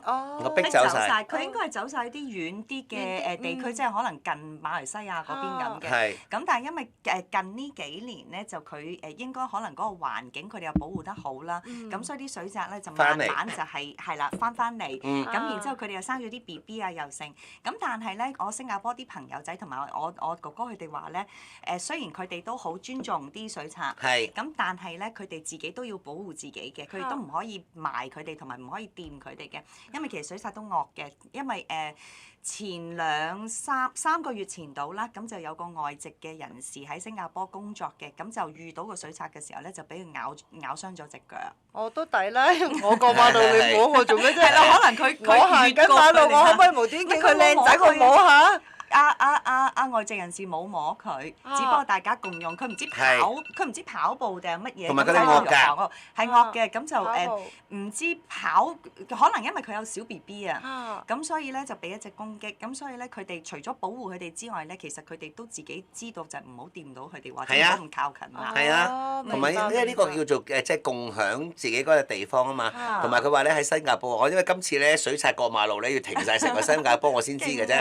佢係由於以前好多水刷嘅，因為咧新加坡咧就越起多呢個即係咧所有建築之後咧就佢哋走晒啦。咁佢哋而家翻嚟啦，要俾佢哋住翻喺呢度，因為佢原本係住喺度嘅嚇。翻鄉下啦。係啦，佢原本係住喺度嘅。俾翻個地方佢哋。但係最慘啦，譬如我哋咪有個我哋三個都識嘅，即係譬如佢哋咪有養啲錦鯉好靚嘅，係咪？係咪？係。但係佢哋係好慘㗎，譬如佢啲花園裏邊養咗錦鯉咧，佢哋會爬入去食佢啲魚㗎。係啊，係。佢哋會就係海賊啦。係啊。海賊。香港有冇㗎？請問？香港冇海賊嘅，OK，但係海賊係一啲個尾咧，好似一個板咁樣喺度游水嘅，係啦，水賊咁樣啦。即係我哋喺海洋公園裏邊即係玩波嗰啲咯。海洋公園有啊，海洋公園有啊，水賊 OK。咁咧佢就會排。嗰隻唔係，嗰隻海獅同海狗。水賊就啡色嘅。其實唔係，sorry，唔係海洋公園。有大板牙嘅，有個大板牙嘅。我知啦。同埋佢哋中意咁樣瞓住喺度咁樣掠啲。係啦，佢哋會反轉自己，係啦，嗰啲叫水賊，OK。咁啊，水賊係點咧？就佢哋識游水啦，佢又識得爬啦，又周圍走啦。亦都好大食。係，亦都好大食嘅。但係佢專食錦鯉啊？唔係，佢凡係海鮮都食嘅，例如佢鮑魚啊、嗰啲貝類啊，所有啲海鮮都食㗎啦。佢就成日喺新加坡咧，人哋嗰啲咧大嗰啲花園度咧就爬入去。咁就潛落去之後咧，拖嗰啲錦鯉出嚟咧，就喺度開餐咯，自己喺度做sashimi咯。跟住佢就會排晒嗰啲嘅錦鯉咧，唔係啊，佢淨係食咗個肚就走㗎啦。所以嗰隻魚係冇咗個肚，然之後嗰啲肉咧剩翻喺度咯。佢淨係食個腩位喎，幾識食幾識食係咪？佢話一次過咧試過咧，佢係直頭係點咧？我諗如果我哋識嗰啲 friend 啊嚇。佢又唔理你嗰啲嘢貴定平嘅，所以佢爬入嚟之後咧，佢就食啦。佢拖你啲錦鯉出嚟咧，就拖上嚟之後咧，咬穿個肚，食咗個肚咧，之後就劈咗喺度㗎啦。佢試過最慘嘅損失慘重係咩咧？佢哋爬咗入嚟之後咧，拖咗佢裏邊啲錦鯉，因為佢可以游水、潛水，捉咗你之後咧，拖上嚟咧喺度食㗎啦。17條錦鯉啊，攤咗條絲喺度俾佢哋食完之後咧，佢哋走晒啦。哇！咪1700萬嗰度，咪但唔緊要，因為咧喺嗰個總統府附近嗰扎咧，即係烏節路嚟㗎嘛，都係佢烏節路嘅尾過咗去嗰邊嘅。咁但係因為嗰邊咧仲有呢一個 Botanical Garden 啦，咁而佢哋所有藍血人士嘅屋企都係喺嗰度嘅附近嘅。哦，咁唔驚啦，買1700就1700啦，係。因為我哋個共同 friend 佢哋都成即起碼都100萬一條啊嘛，佢哋嗰啲17條有1700，咁你話藍血人嗰啲唔緊要啦，但係1700萬啫。但係我想講一樣嘢喎。佢每次嗱呢個食完1700之後，咁佢聽日攞咗一批翻嚟啦，咁啊擺翻落去。佢又再派我哋食㗎。佢又食㗎啦。唔係佢最慘係咩？佢最激你嘛，佢攤咗喺度啊。係啊。今日食咗你1700。走啦就走啦就走啦。食個頭嘅啫，其他我唔食㗎。同埋因為佢哋話有啲人話咩咧？喺新加坡裏邊咧，真正最大嘅 VIP，而家嚟講嘅新加坡啊，就係佢哋啦。咁因為佢哋以前係住喺新加坡嘅，佢而家翻咗嚟之後咧，佢哋話所有佢哋出街出巡咧係最巴閉嘅事嚟㗎啦。佢哋係真真正正嘅地主。冇錯，冇錯。佢哋先至係新加坡人啊。係啦，嗱呢句説話咧就話佢哋因為新加坡原本係咩㗎嘛，冇新加坡人㗎，即係你新加坡能夠成為一個國家。係因為原本係馬來西亞啲人搬咗過去㗎嘛。你如果有睇一個嘅電影啦，我幾中意睇嘅，佢拍得幾好嘅套電影，就好似一個好出名嘅新加坡導演，就係我們都是這樣長大定係咁樣啦。OK，就連續2套戲嚟嘅。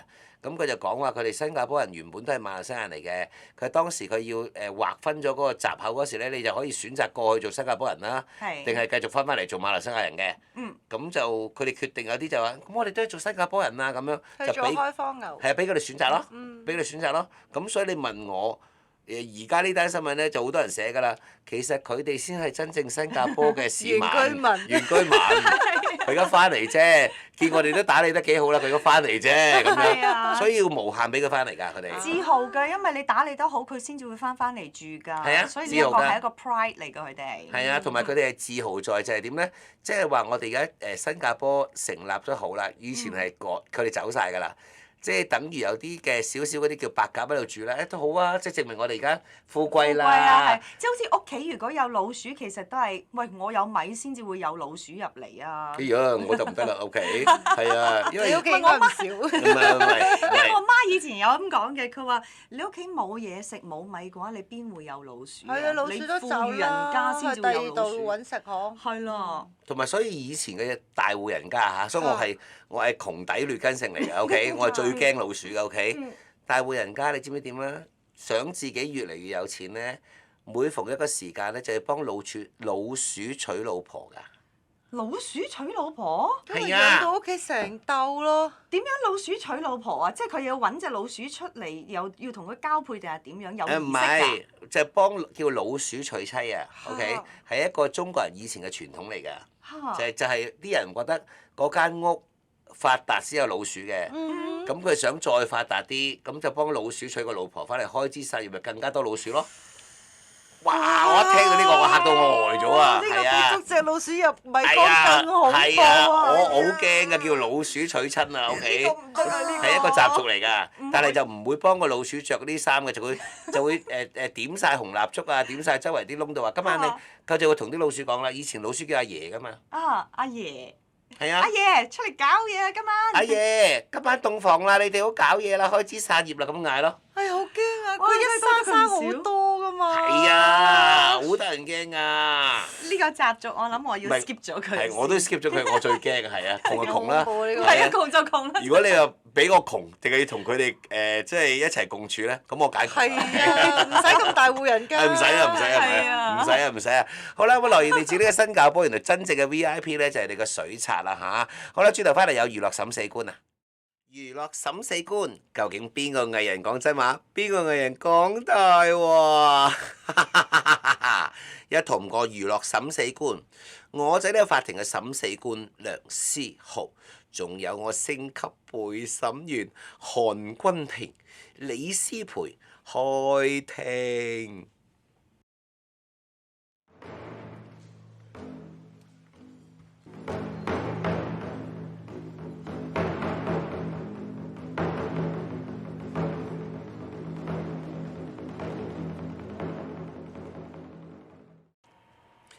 好啦，歡迎大家收聽咧，大家收數咧，最呢個環節咧就係娛樂審死官啦嚇。近呢10年咧多咗呢一種嘅電視劇出現。嗱，10年前就冇，即係冇乜呢啲電視劇嘅。邊款類型咧？係啦。我同阿君婷兩個顯精嚟嘅，嚟即係啦刻考下我係啦，哋。冇錯，OK，就係叫做季度性電視劇。哦，唔係係美劇一路都有嘅。係啦。通常都係美劇好多季嘅。美劇講緊差唔多25年前已經有。由已經開始有 Friends 啦嗰陣時已經係季啦，一季兩季係啦三季啦。係10季定係十幾季啊嘛。係咯係啊，Friends 嗰啲就係。你 Sex in the City 嗰啲都係第幾季第幾季係啦㗎？都。我有套講醫院講醫生嘅，而家仲做緊，佢已經係第19季啦。哦，係啊係啊，我知你講邊個。係係啦。但係佢係 sitcom 定係電視劇先？電視劇都多，因為有個講消防員嘅，阿君婷講話醫生啊嗰啲都好多季㗎啦已經。係啦，OK，係啊即係近呢10零20年啦，咁啊即係咧東南亞一帶先掀起咗咧，就係叫做季度式電視劇啊。學美國咯，因為學美國嗰啲咩 Supernatural 嗰啲都已經20年啦都有。係啊。嗯，誒，你有睇嘅應該嗰套 Lost 啊 Lost 係係啦，迷都係係咪先係啊啊？嗰套迷啊嘢都好耐啦。係啊係咯。 Blacklist 嗰啲都10年咯，仲咁有 Hero 咧，仲咁我而家有想問啦係 Hero 你哋一路數好一路數啦，五一路數季啦都係一路數都係美國美國美劇啦係，OK，英劇都有嘅。英劇英啦劇。有英劇係都係美國同埋英國都有嘅。都係季度多嘅。咁你又如果你叫做講香港啦，嗯，咁邊種係叫季度電視劇啊？真情嗱，真情做咗好多季嗱咁。係啊。我哋分翻開，真情咧就唔係叫電視劇。佢係長壽節目。佢只可以叫做處境式劇嘅啫。佢係啊賣埠係唔可以賣係電視劇幾多賣嘅季啊嘛？冇啊，香港係冇啊，冇乜啦。有嗰啲一套做完之後，即係可能10月初5的月光，咁然之後佢再佢換咗第二唔啲人。咁嗰陣時撈家拍嗰啲咩天地男兒乜乜乜嗰度嗰唔算啲都。嗱，有一套一定係大家遺忘咗㗎啦。我知其實刑事偵緝檔案。1號皇庭。冇1號皇庭就係季度電視劇啦 Yeah ，OK。咁嗰個係第一套啊，香港算唔算啊？ 1號皇庭就係季度電視劇咯。哦，因為佢冇改過名嘅，佢就1號皇庭1、一1號皇庭2係係咪？因為咧好多好得意噶嘛，咩飛虎雄心之哦，係知乜乜係啦，乜咁樣。咁樣佢就冇話係1、2、3季嘅，係。我就成日係咯當咗嗰啲做1、2、3季㗎啦。因為根本都分唔到。所以你問我係有分嘅。嗱，咩為之叫做季度電視劇咧？原有嗰班人唔喐嘅。嗯。只係加插咗啲嘢落嚟之後咧，跟住咧，嗱你記唔記得當年嘅1號皇庭咧？有3個人係唔喐嘅，佢點都喺度嘅。陶大宇、Bobby 同埋蘇永康。係啊。嗯。嗱，咁佢係點都喺度㗎，佢個故事由呢度出㗎啫嘛。嗰個膽仔。但係佢有一啲第一集就有王菲啊，有鄭秀文啊，有其他人入嚟㗎。即係佢會加插啲人入去，或者有啲人冇咗咁樣，但係佢哋個底裝嗰啲主角係喺度咯係，Friends 咯，係啦，無端端好多人嚟有會變係啦，嘅，但係呢3個就唔會變。係啦。係啊，然之後嗰個 Paul Rudd 啊 Edmund 嗰個咧，因為佢一上去 Friends，然之後對比翻，哇大佬30年都冇變過嘅佢樣。好勁喎！嗱，而家有機會咧，有2套嗱，金宵大廈即將出啦，就金宵大廈2啦。算唔算係第2季啊？唔算。因為佢成個故事改晒㗎啦嘛，因為當你成個故事改晒咧，就唔係叫季度電視劇啦。OK，你只可以話原班人馬。嗯。叫做傾力演出啫。嗱，我簡單啲嚟講，大家就會明白咩叫嗱。而家即將我要介紹嘅咧，大家希望你分翻清楚咩叫季度電視劇，OK？記唔記得有一套咧類似係呢啲叫做譬如黎耀祥、鄧萃雯，咁嗰個叫咩名啊？係啦。巾幗梟雄。巾幗梟雄啊嘛。咁你覺得巾幗梟雄嘅第一套同第二套有冇拉楞嘅？冇。嗱，所以冇。唔季度。唔係季度電視劇。咁妙手仁心算唔算季度？算。因為都係程志美醫生。都係一路咁咯。嗰度一路冧落去。因為你個季度電視劇係要用同一個古仔一路延伸落去先叫季度電視劇嘅。明白，好清晰啦咁。如果你寫過另個古仔，你只不過原班人馬再次出現啫嘛。即係《溏心風暴》第一次揾呢班人，但係第二次嘅《溏心風暴》已經轉晒㗎啦，都個角色唔同晒。由呢個講鮑魚變咗講餅鋪㗎啦，都已經。係。角色轉晒㗎啦。明白。明白。係啊。你只可以話原班人馬㗎咋。OK，即係等於巾幗梟雄，你都係轉晒啊！啲人都。等於我之前咪同你講，我同阿思培咧，我介紹佢睇一套電視劇美劇嚟嘅，咁叫 True Detective 咧。咁我咪話有3季嘅，咁但係其實都真係唔屬於係季1同埋季2、季3咁嘅。因為咧，佢啲演員會唔同啦。佢個故事會唔同啦，咁但係佢同一個名，佢有3季喺度咯。佢只係話俾你聽，成個通係同一樣咯。係啦。咁就唔係叫季度電視劇啦，呢啲。佢都算係季喎。因為佢有唔係佢冇寫 season 1、2、3，佢淨係跟 True Detective，然之後就嗰3個。嗱，因為點解近排睇到3嚿嘢。近排睇到網上嘅一啲咧娛樂新聞咧，其實佢哋因為我哋始終拍電視劇同埋拍電視出身啦，佢哋錯誤地去理解咗季度電視劇呢幾個字啊。做咩啊？佢哋好期待呢一個金宵大廈係要之前個故事延續咁啊？因為金宵大廈佢講到唔係延續㗎啦。係另一個故事嚟嘅，OK？改鬼咗個名佢啦咁，咁咪唔會俾人嘈咯。咪叫銀宵大廈咪算咯。係啦，啱啱村長就係嗱，你同唔同意啊？村長。我同意。係咯。如果你想你如果想爭收視嘅第一次金宵大廈好睇，咁啊叫金宵大廈啦。今次李思華嘅又再拍嘅叫吹簫大廈都得㗎。冇錯。係。唔係一成日都要領幾多啊？唔係佢哋成日都係咁樣嘅。嗰個故事你唔係延續，你又要舐翻個名，因為個名賣到浮，因為之前個個都話金宵大廈好睇，但你有冇發覺？咁你又要金宵大廈2咁樣，你係令到人哋好失望，都唔係嗰樣嘢。你改鬼咗個名，佢又驚冇信心又收視。但係我覺得每次佢哋改翻同一個名咧，就反而係都係衰類㗎似，類似㗎。係類似。嗱，近排我唔知大家有幾多人睇啦，因為暫時嚟講啊嚇，如果以TVB 嘅收視流行榜嚟講咧，呢個電視劇咧就係暫時領先全年度嘅收視冠軍㗎啦，就係《家族榮耀》啦。係啊，好勁啊！《家族榮耀》啦，即係正都好犀利啦。咁啊，《家族榮耀》咧有機會嘅宣佈就係變咗季度電視劇啦。佢唔係唔拍第二季嘛？我要睇撈㗎。OK。好緊要，我哋睇完撈家嗰個 last show，我哋好希望佢有第二季。係啊，因嗱為呢個彩蛋已經放咗落報紙，我先咁講啫。係啦，因為但係你一早之前知嘅。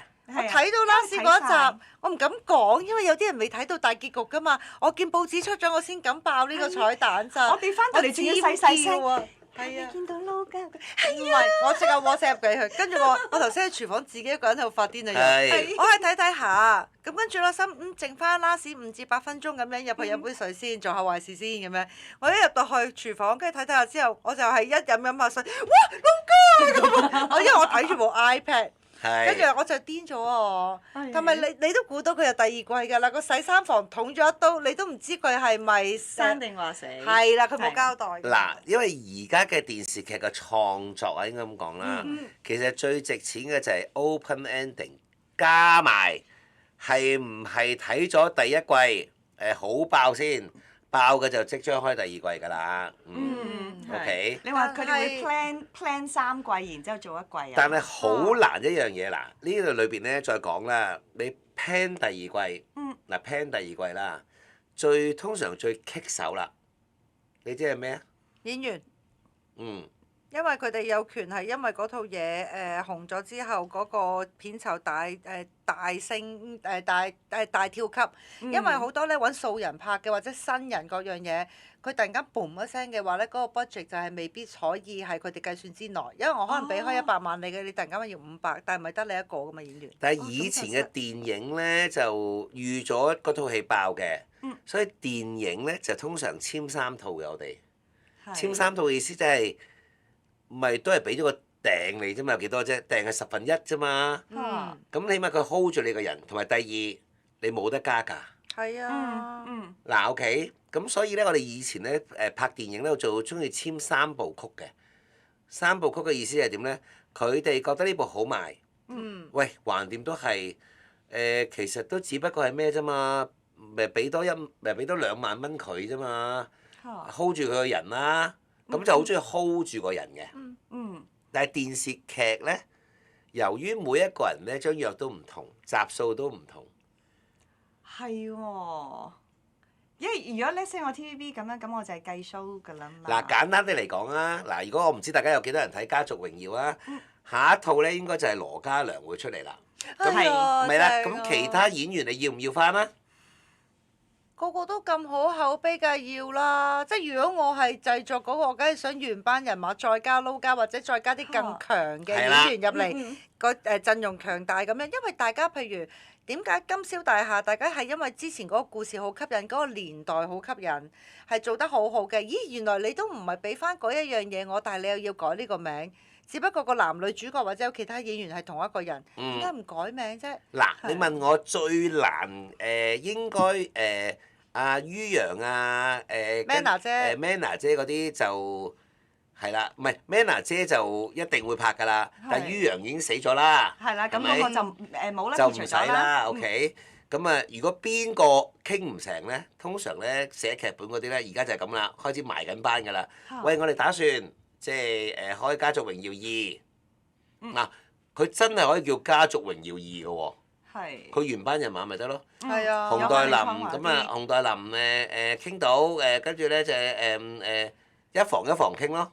嗱，唔緊要㗎，傾唔成，我想講一樣嘢啊。只要個編劇威力夠嘅話就得㗎啦，你留翻幾個主要嘅2/3人喺度就已經夠㗎啦。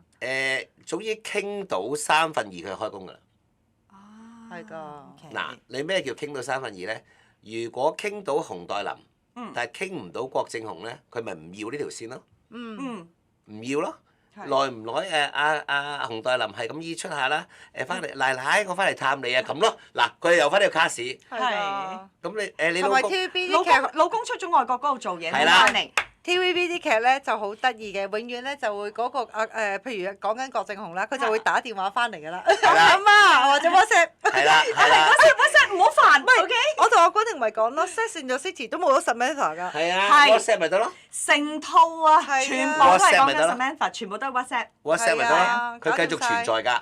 係。咁佢可以去喺第度做嘢㗎嘛。可以。梗係可以啦而家科技咁猖狂。咁如果傾唔到張智霖，嚇。咁啊張智霖咪話：咦唔見得邊個嘅？即係譬如阿 Manna 姐，咦咁阿 Manna 姐講啦，唔見得張智霖嘅。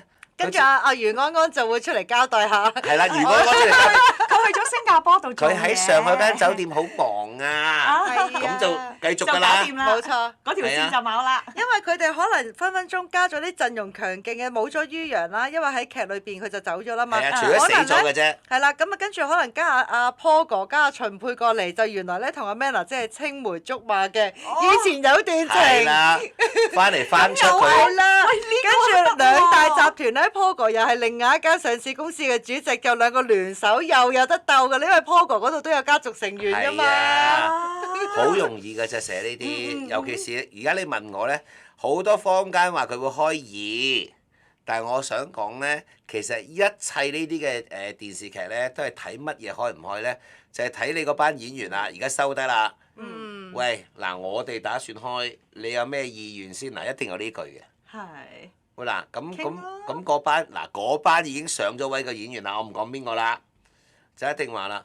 喂，咁你幾時開先？嗱，我又想開嘅個期係點樣先？第二，錢加唔加啊？係。錢加唔加啊？加錢應該冇問題啦，因為係阿岳少間公司㗎嘛。出品人係林建岳㗎嘛。係啊，唔係係咯咁加錢，咪咁加咁都要錢。睇佢加幾多嘅，因為如果你獅子開大口嘅話，咁可能佢就唔係啊，冇所謂啊，冇所謂㗎收得翻嚟咪得咯，有冇所謂㗎係啊。嗱，我以因為佢哋前收視好，有廣告同埋有嗰啲咩冠名贊助嗰啲。我以前睇住係某製作人喺度傾呢啲嘅，好出名㗎啦，個製作人都已經。咁啊假設阿李思培家族榮耀裏邊咧就已經爆紅咗啦，佢原本係10萬蚊一集嘅啫。跟住佢話唔係喎，佢而家爆紅咗喎，佢話收我哋100萬喎。咁啊佢又講句粗口先嘅，通常都講句粗口先嘅。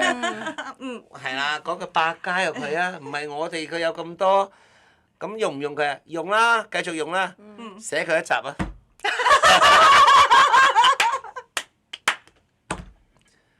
我真係見過係咁樣㗎。或者寫衰佢，令到啲觀眾唔中意佢。寫佢一集啊！一集就太少啊！2集盡啦咁。任佢哋寫嘅啫嘛。坦白講啦，加價都真係今次家族榮耀，我覺得嗱，因為咧阿楊怡啊，跟住阿彩華啊嗰啲咁樣同埋其他啲人啦，咁好多咧都已經咧係一個好穩固嘅粉絲群組。佢哋個個戲啊或者粉絲啊已經定咗㗎啦，爆得最勁嘅係洪黛琳。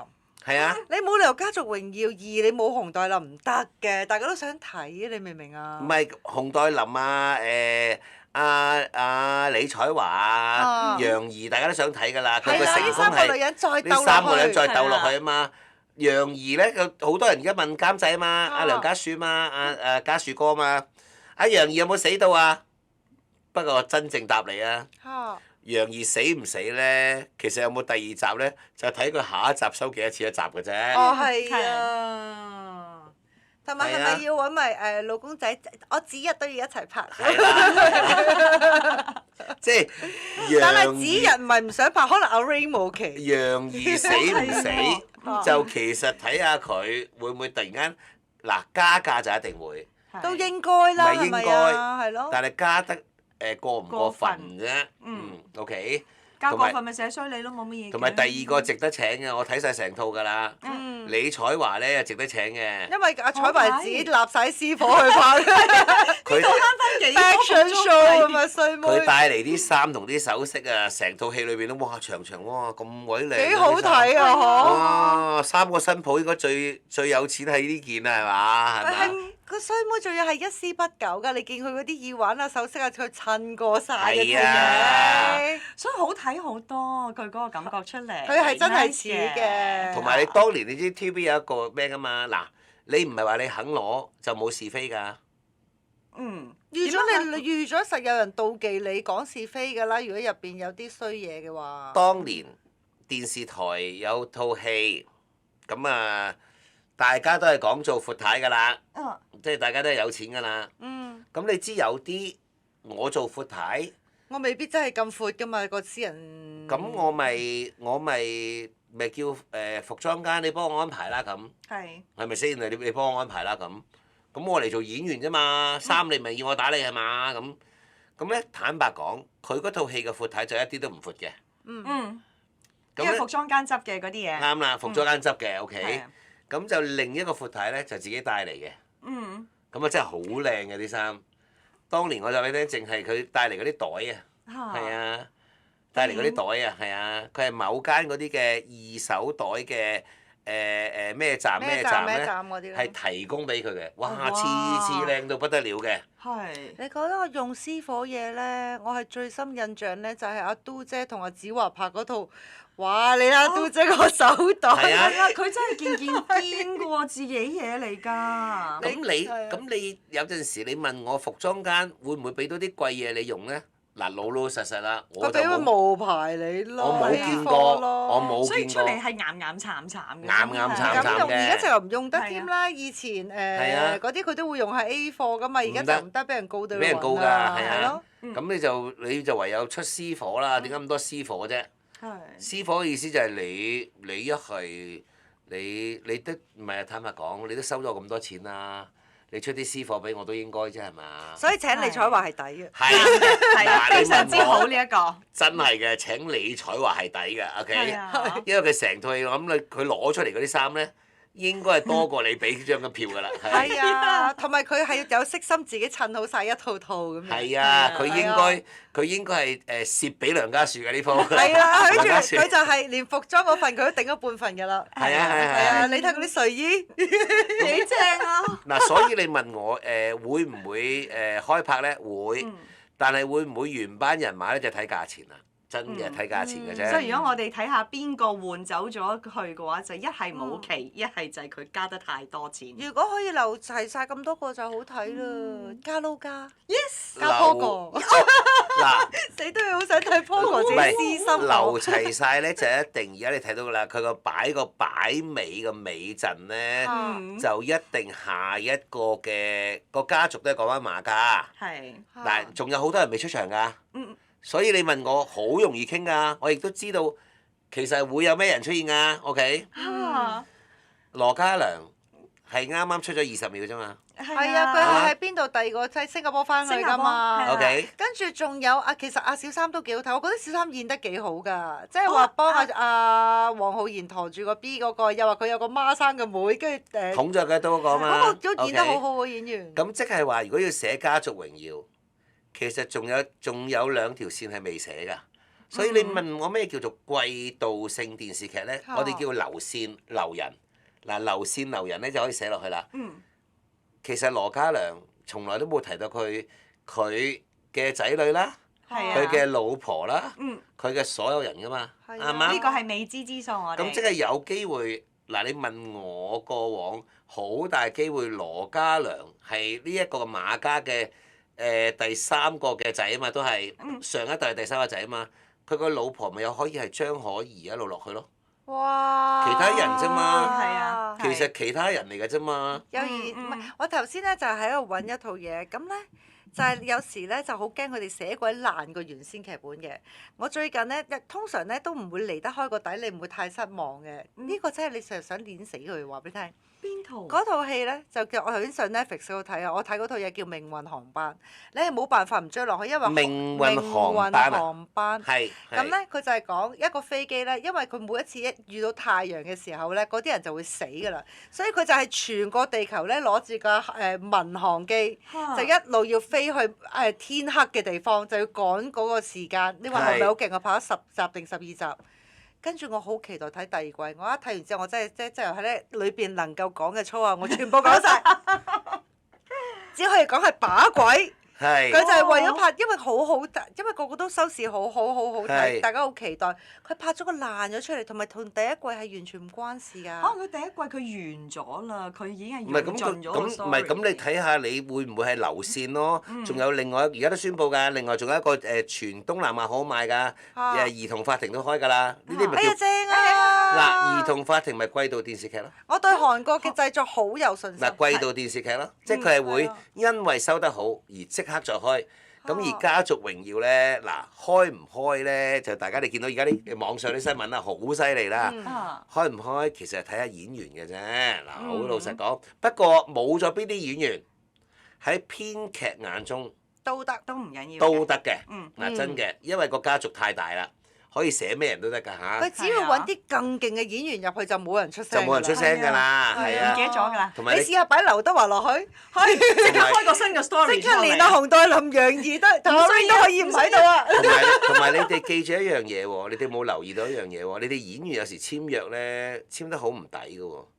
佢剪翻第一季嘅片段，你可唔可以告佢啊？唔可以。而佢哋成日都有咁做添。係啦，其實可以收錢嘅喎，因為你喺第二季嘅第二集第三場嗰度出現嘅喎。其實係錢嚟㗎嗰度。TVB 其實係有陣時佢會呃翻一個 show 俾你㗎。係啊。係啊，我喺大陸簽嗰啲約都有嘅。唔係，咁就算唔係，就算咪俾翻一集錢佢哋咯。係啊。但係一集係100萬㗎嘛。但係唔係啊？唔係，對唔住。我嗰集唔係100萬。你係舊價錢嘅一集錢嘅啫。係喎，如果佢當初10萬蚊就係10萬。10萬蚊嗰隻剪點剪都得㗎。你問我哋嗱，我呢度係講真相嘅。佢剪翻之前嗰啲片，擺翻落去，咁由嗰個家族開始講起，你冇得出聲㗎。咁一定會剪得好多黃浩然啦。如果有楊怡嘅話，一定剪好多黃浩然啦。係咯，做翻。係啊，咁可以唔請黃浩然嚟都得㗎啦。剪翻晒。剪翻晒咪得咯。跟住同埋阿老爺咯，同阿于洋喺因為死晒啦嘛。係啦，佢就要交代其實佢好陰險㗎。係啊，喺個醫院同阿老爺講嗰啲嘢，又要剪阿于洋出嚟。一樣㗎啫嘛，一樣㗎，係啊係啊。好容易嘅就係你計條數咁樣，純粹咧開唔開到第二集咧，就純粹係咩嘅啫，計條數嘅啫。喺呢一行裏邊咧，冇話冇咗邊個唔得㗎，任何人都可以咧做第二季㗎，OK？咁啊，我可以話俾大家聽啦，係有啲驚喜嘅第二季，OK？即係咁講啦。好啦，咁啊節目時間差唔多啦，約定大家聽日準時再見，拜拜。拜拜。